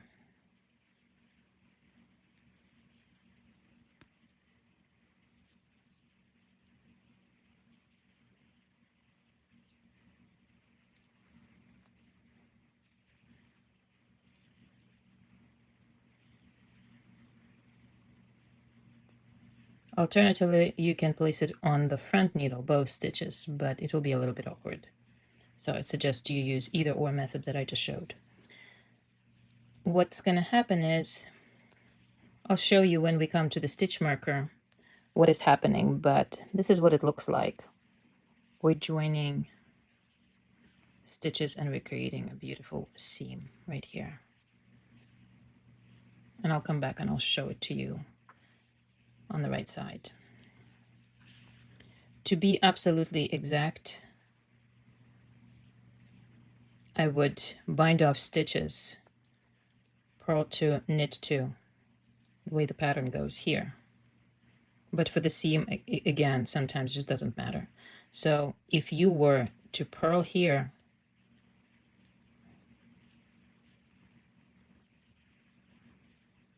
it will just create a little more cohesive seam on the other side. A little better looking. But after all, it's just a seam. I will keep working until I reach my stitch markers, this one and this one. And I'll show you how to join at that point, the last stitch, how to join it to the body of the sweater.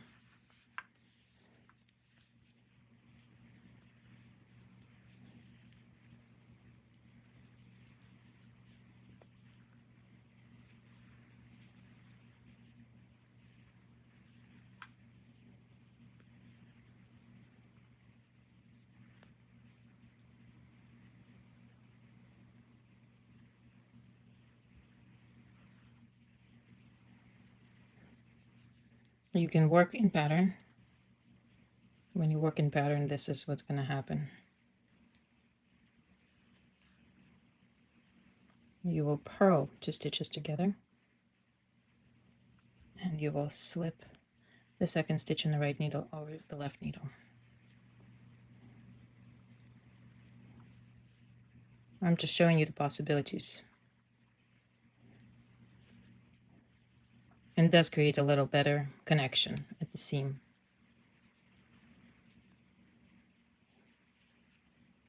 And now you will knit 2 together.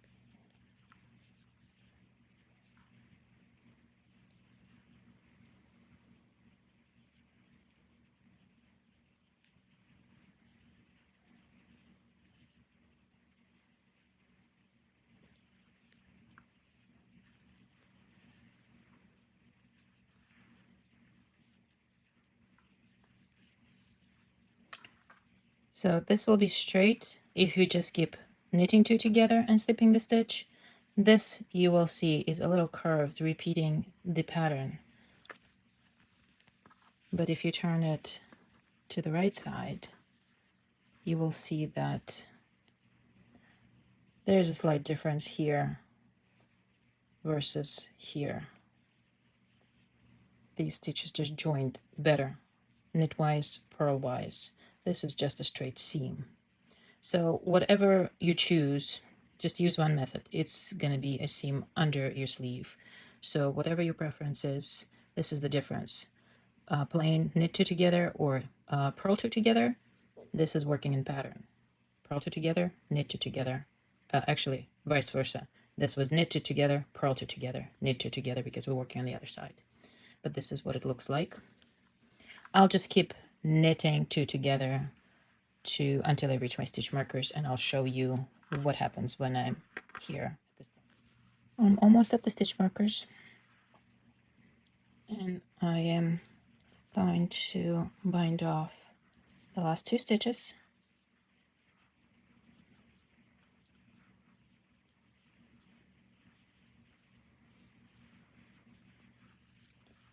I will remove the stitch markers.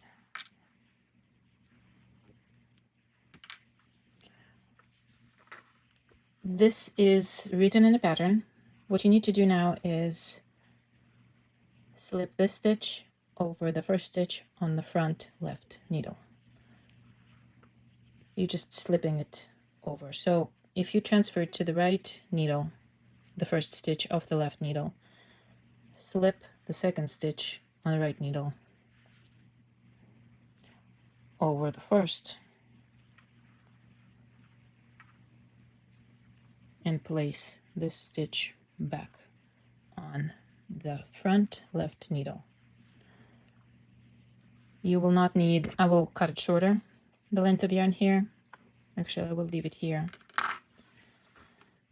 because I'm going to be working on the other side of the sweater. This is just a little piece that I will have to weave into the seam. To show you the difference, this is knit two together bind off. Here, where the weave is, this was knit two together, purl two together, working bind off in pattern. Let me turn the sleeve right side up so you will see the seam. This is my left sleeve, and this is the seam that it created. I prefer to just knit two together, but this is the little difference of working bind off in pattern. But this is just a cleaner seam. So this is what it looks like with the sleeve joined. And I will do the same thing on the right side, on the right sleeve. What I need to do is fold the sleeve, right side inside, wrong side outside. Working yarn at the front needle, and let me align the needles.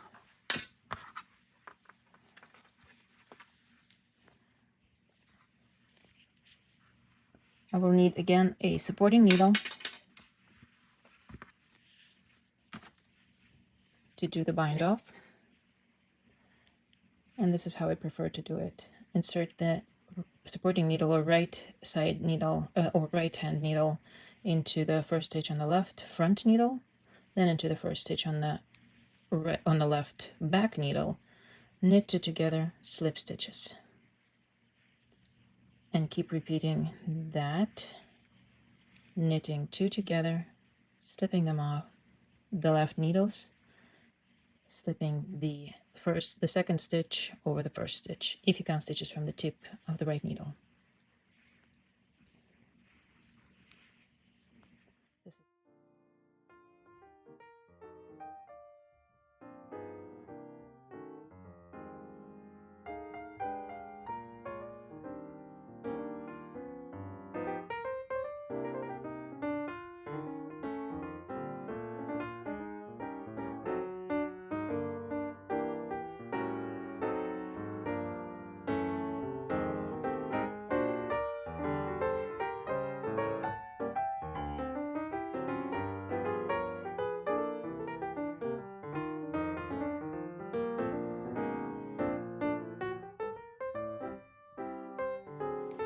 the last few stitches on the right side for the right sleeve.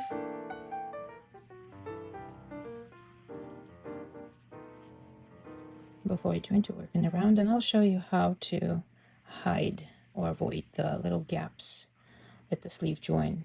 Most of the time I have a few of the flat stitches under the arm. This design does not have that. So do it any way you can. Either just transfer this stitch over here and pull this stitch through like that, or do it the other way as I already showed you.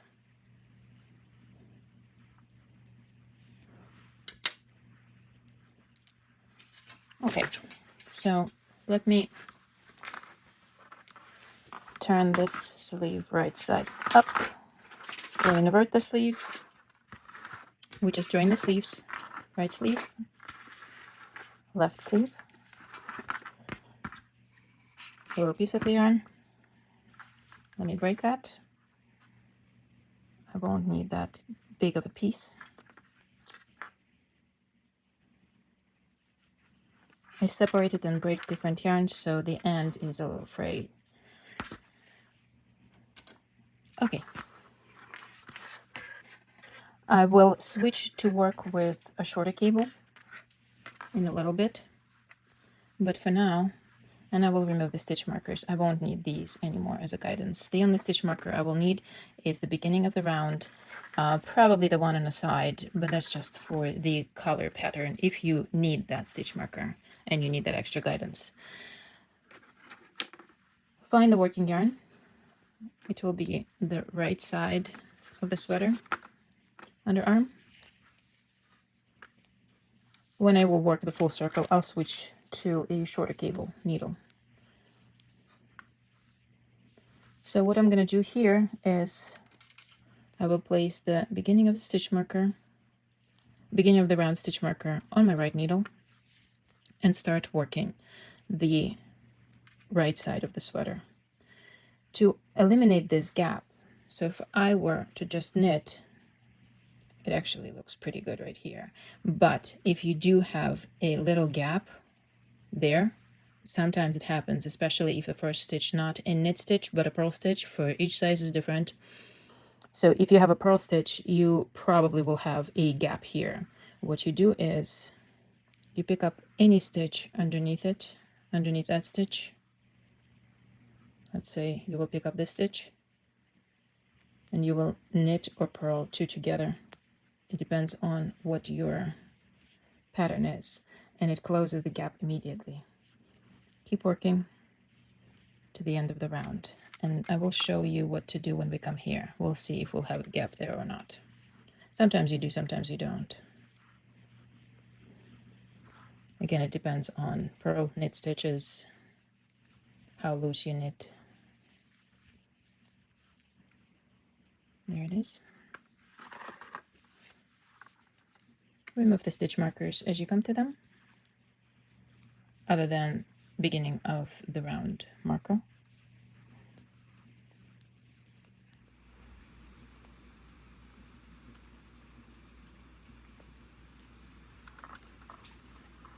I'm almost at the middle.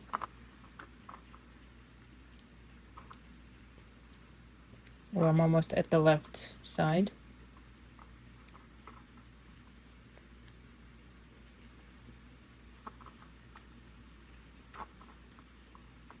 And I would do the same thing here.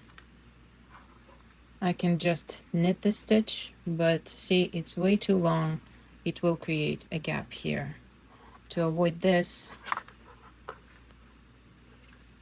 come to this side, pick any stitch below. I would do this one.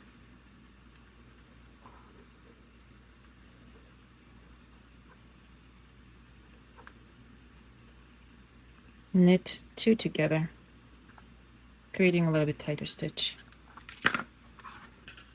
I'm done with this working needle.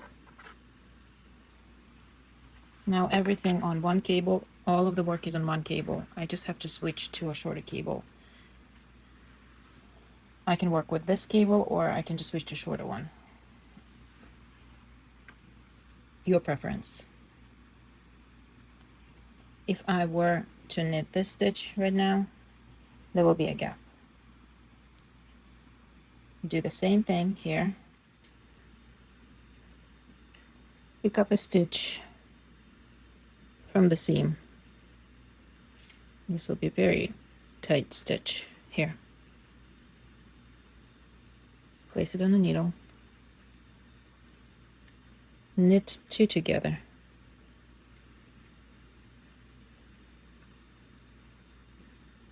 Closing that space. And continue working.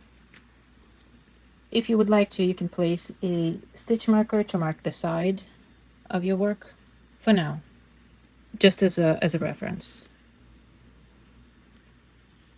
If you don't want to, you don't have to do that. I like to have it sometimes there, just as a reference. I like to count stitches. I like to know where I'm at. If I missed something, if I have to go back and do something over again. So the stitches will be aligned and all of that, all will be well in the world. And I'm working to the beginning of the round marker. From that point, I will be working in pattern for the amount of rows or inches specified in the pattern. And then we will switch to work the color slip stitch pattern. I'm working the slip stitch color work, front of the sweater, back of the sweater,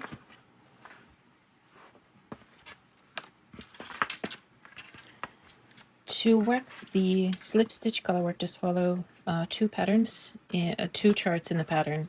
The first one is this repeat, and then this one is the little insert. It's different for each size. It could be 8 stitches or 20 stitches long. So for my size, it's 8 stitches. This is the repeat. It's total of 80 rows from here. So I'm finishing up the same kind of chevron pattern. It will go up to here, and then you will see what's going to happen to this part. Just something unusual and something different for each size. To show you really quickly what I do is I'm going to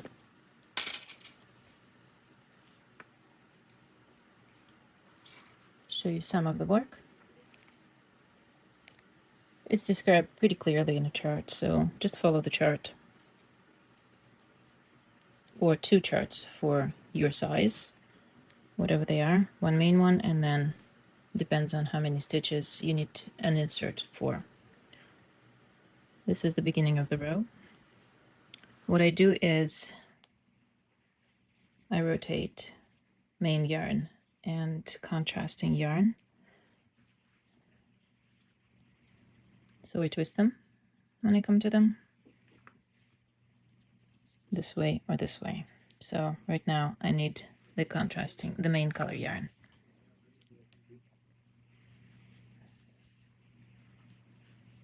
On the first row, follow the pattern. I know the pattern by heart. So this is the slip stitch, where it comes from. You slip it knitwise, 2 in my case, in this row. Sometimes there's 4. In the previous rows, there was a 4 slip stitches. There's a 2-row repeat in each color, main color yarn and contrasting color yarn. The first row is always knit stitches. The second row is knit and purl, or purl and slip. Slipping stitch, knitting to the next stitch I have to slip.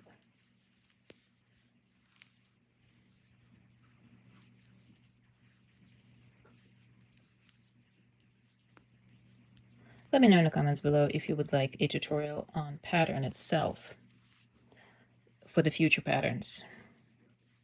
This video is being recorded already, so I'm not going to change anything here. I will show you just a little piece of it, but it's pretty easy if you follow the charts. Slip, slip. Leave enough yarn so it doesn't scrunch them up. Just spread them out a little bit and keep on working the pattern. Slip, slip.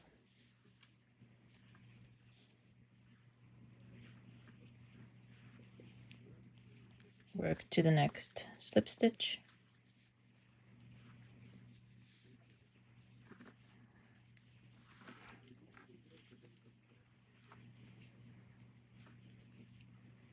We're almost at the end of the sweater.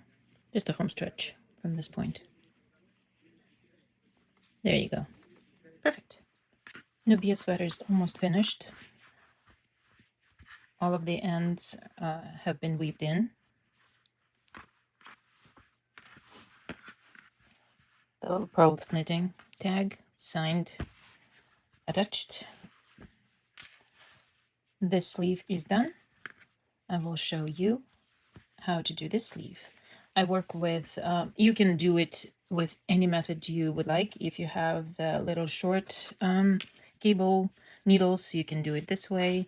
I prefer the magic loop, and I prefer to do it 2 at a time. The reason being here, why it was done 1 at a time, is I am working with a bobbin, and I didn't want to unwind some extra yarn and do all that stuff. So I will show you how to do it with one, but I will give you direction on how to do both. When I do it, I start at the bottom of the sleeve. So this where the 3 needle bind off is, right there. That's right under the sleeve. So this is the beginning of my row. I also need a 40 to 47 inch cable needle. That's the optimal length. And what do you do right now? The pattern says for my size to pick up and cast on 40 stitches for the cuff, for the trim, for the sleeve, or the cuff, whatever you prefer. So what we're gonna do is divide sleeve in half. Make sure it's folded in half because you will be working with half first for the magic loop. And what I am about to do is to pick up and cast on 20 stitches, 40 stitches total. I am going to insert my needle under the first bound off stitch, join the yarn, pick up that first stitch and bring it to the right side from the back side, from the wrong side. And then obviously you are not going to cast on into every bound off stitch. Approximately I have to have 10 stitches up to this point and 10 stitches to the to half of the sleeve. So try to do it evenly. I'm doing it basically every 3 stitches. I think I will skip a stitch, something like that. 1, 2, let's do it. Skip a stitch. 3, 4. It doesn't matter if you will skip a stitch here because it's not going to be as obvious. 5, 6, 7, 8,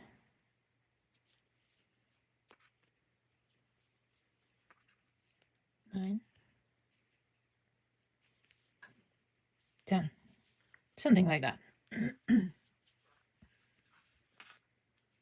It's harder to tell you exactly how many stitches to skip with all of the patterns for me. It's just harder on with calculations of with different patterns here.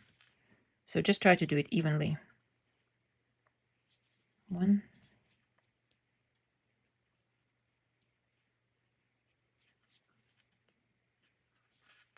2, 3, 4,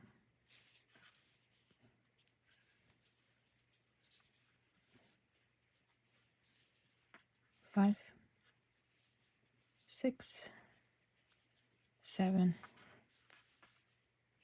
I still need 3 stitches to this point. So to do it evenly, 8, 9, something like that. Pretty close. What do you do now? If you're working one sleeve at a time,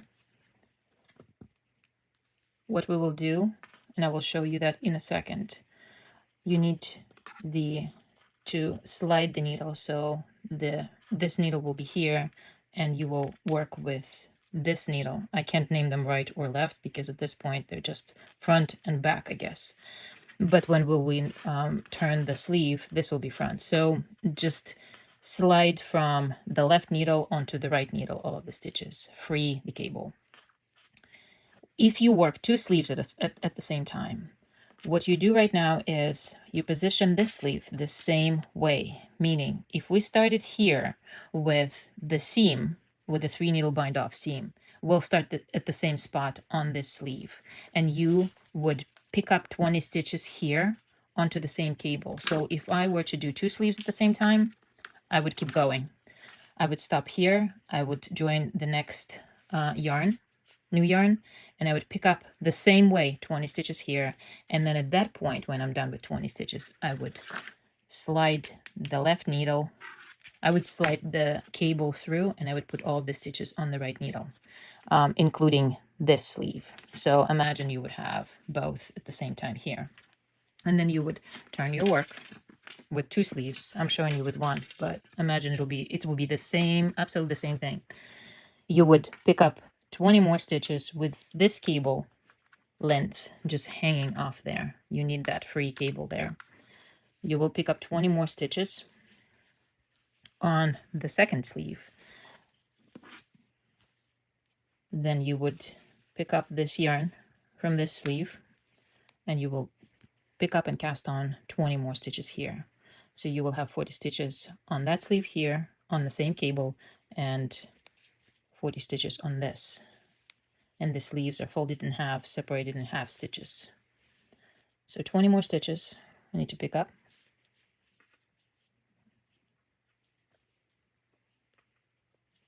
1, 2, 3, 4, 5, 6, 7, 8, 9, 10. 1, 2, 3, 4,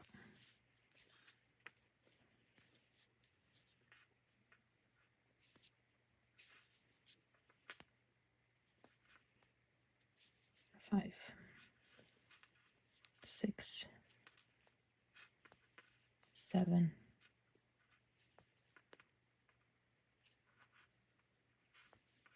8, 9, 10. Okay, 40 stitches here. What I do now is I will secure this end of yarn.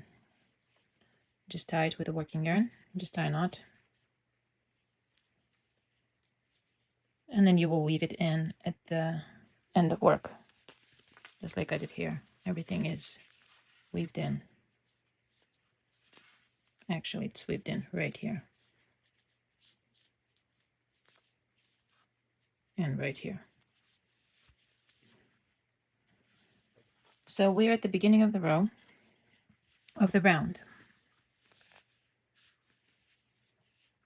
Both needles aligned, the ends tucked in and out of the way. And here's the magic loop. You will have a free cable on this side, and you will have a free cable on that side. Like that. That's the loop. And we'll start working in pattern.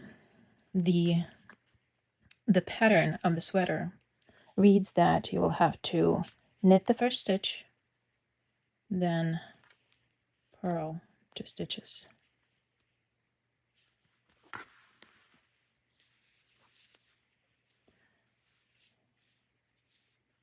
Purl 2, knit 2, purl 2.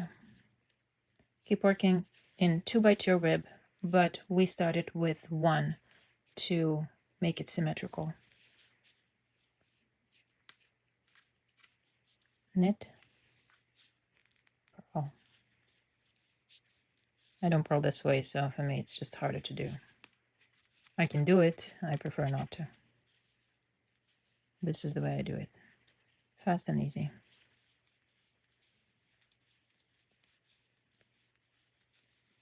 So right now I'm just setting the pattern in which I will be working the same amount of rounds that I worked here. And then I will tubular bind off the cuff. So what we do now is we turn work. And when you work 2 sleeves at the same time, you will have the same thing here. You just repeat. And you will have 2 sleeves at the same time on the needles.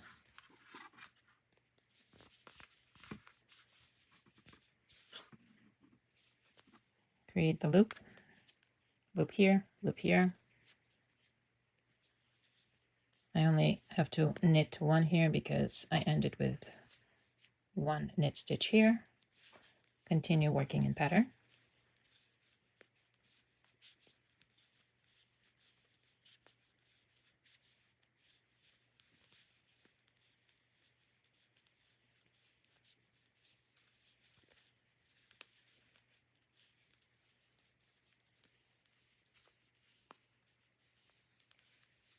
And I'm at the end of my round. Last stitch. Turn work. Align the needles.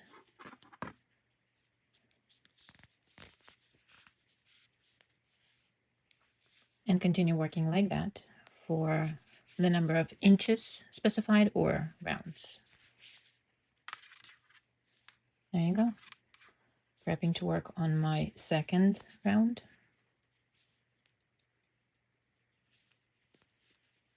And this is the end of the Nubia sweater. I will bind off. Bind off in your preferred way. Leave the comments below. Let me know if you would like to see how I tubular bind off stitches, and I'll show you that. I'll probably record a separate tutorial. Not to make this video way too long, just use your preferred method. Look up tubular bind off, or I'll probably have my own video on tubular bind off by the time I will release this pattern, or when you will be finishing the sweater. This sweater, you will definitely have it. And keep working like that in the set pattern. Leave the comments below. Let me know if you like this design. If you like the construction of the sweater, what would you change? I would be absolutely delighted to read your comments, change my ways, improve them. If there's anything that you don't understand in the pattern, please let me know in the comments below too. And happy knitting.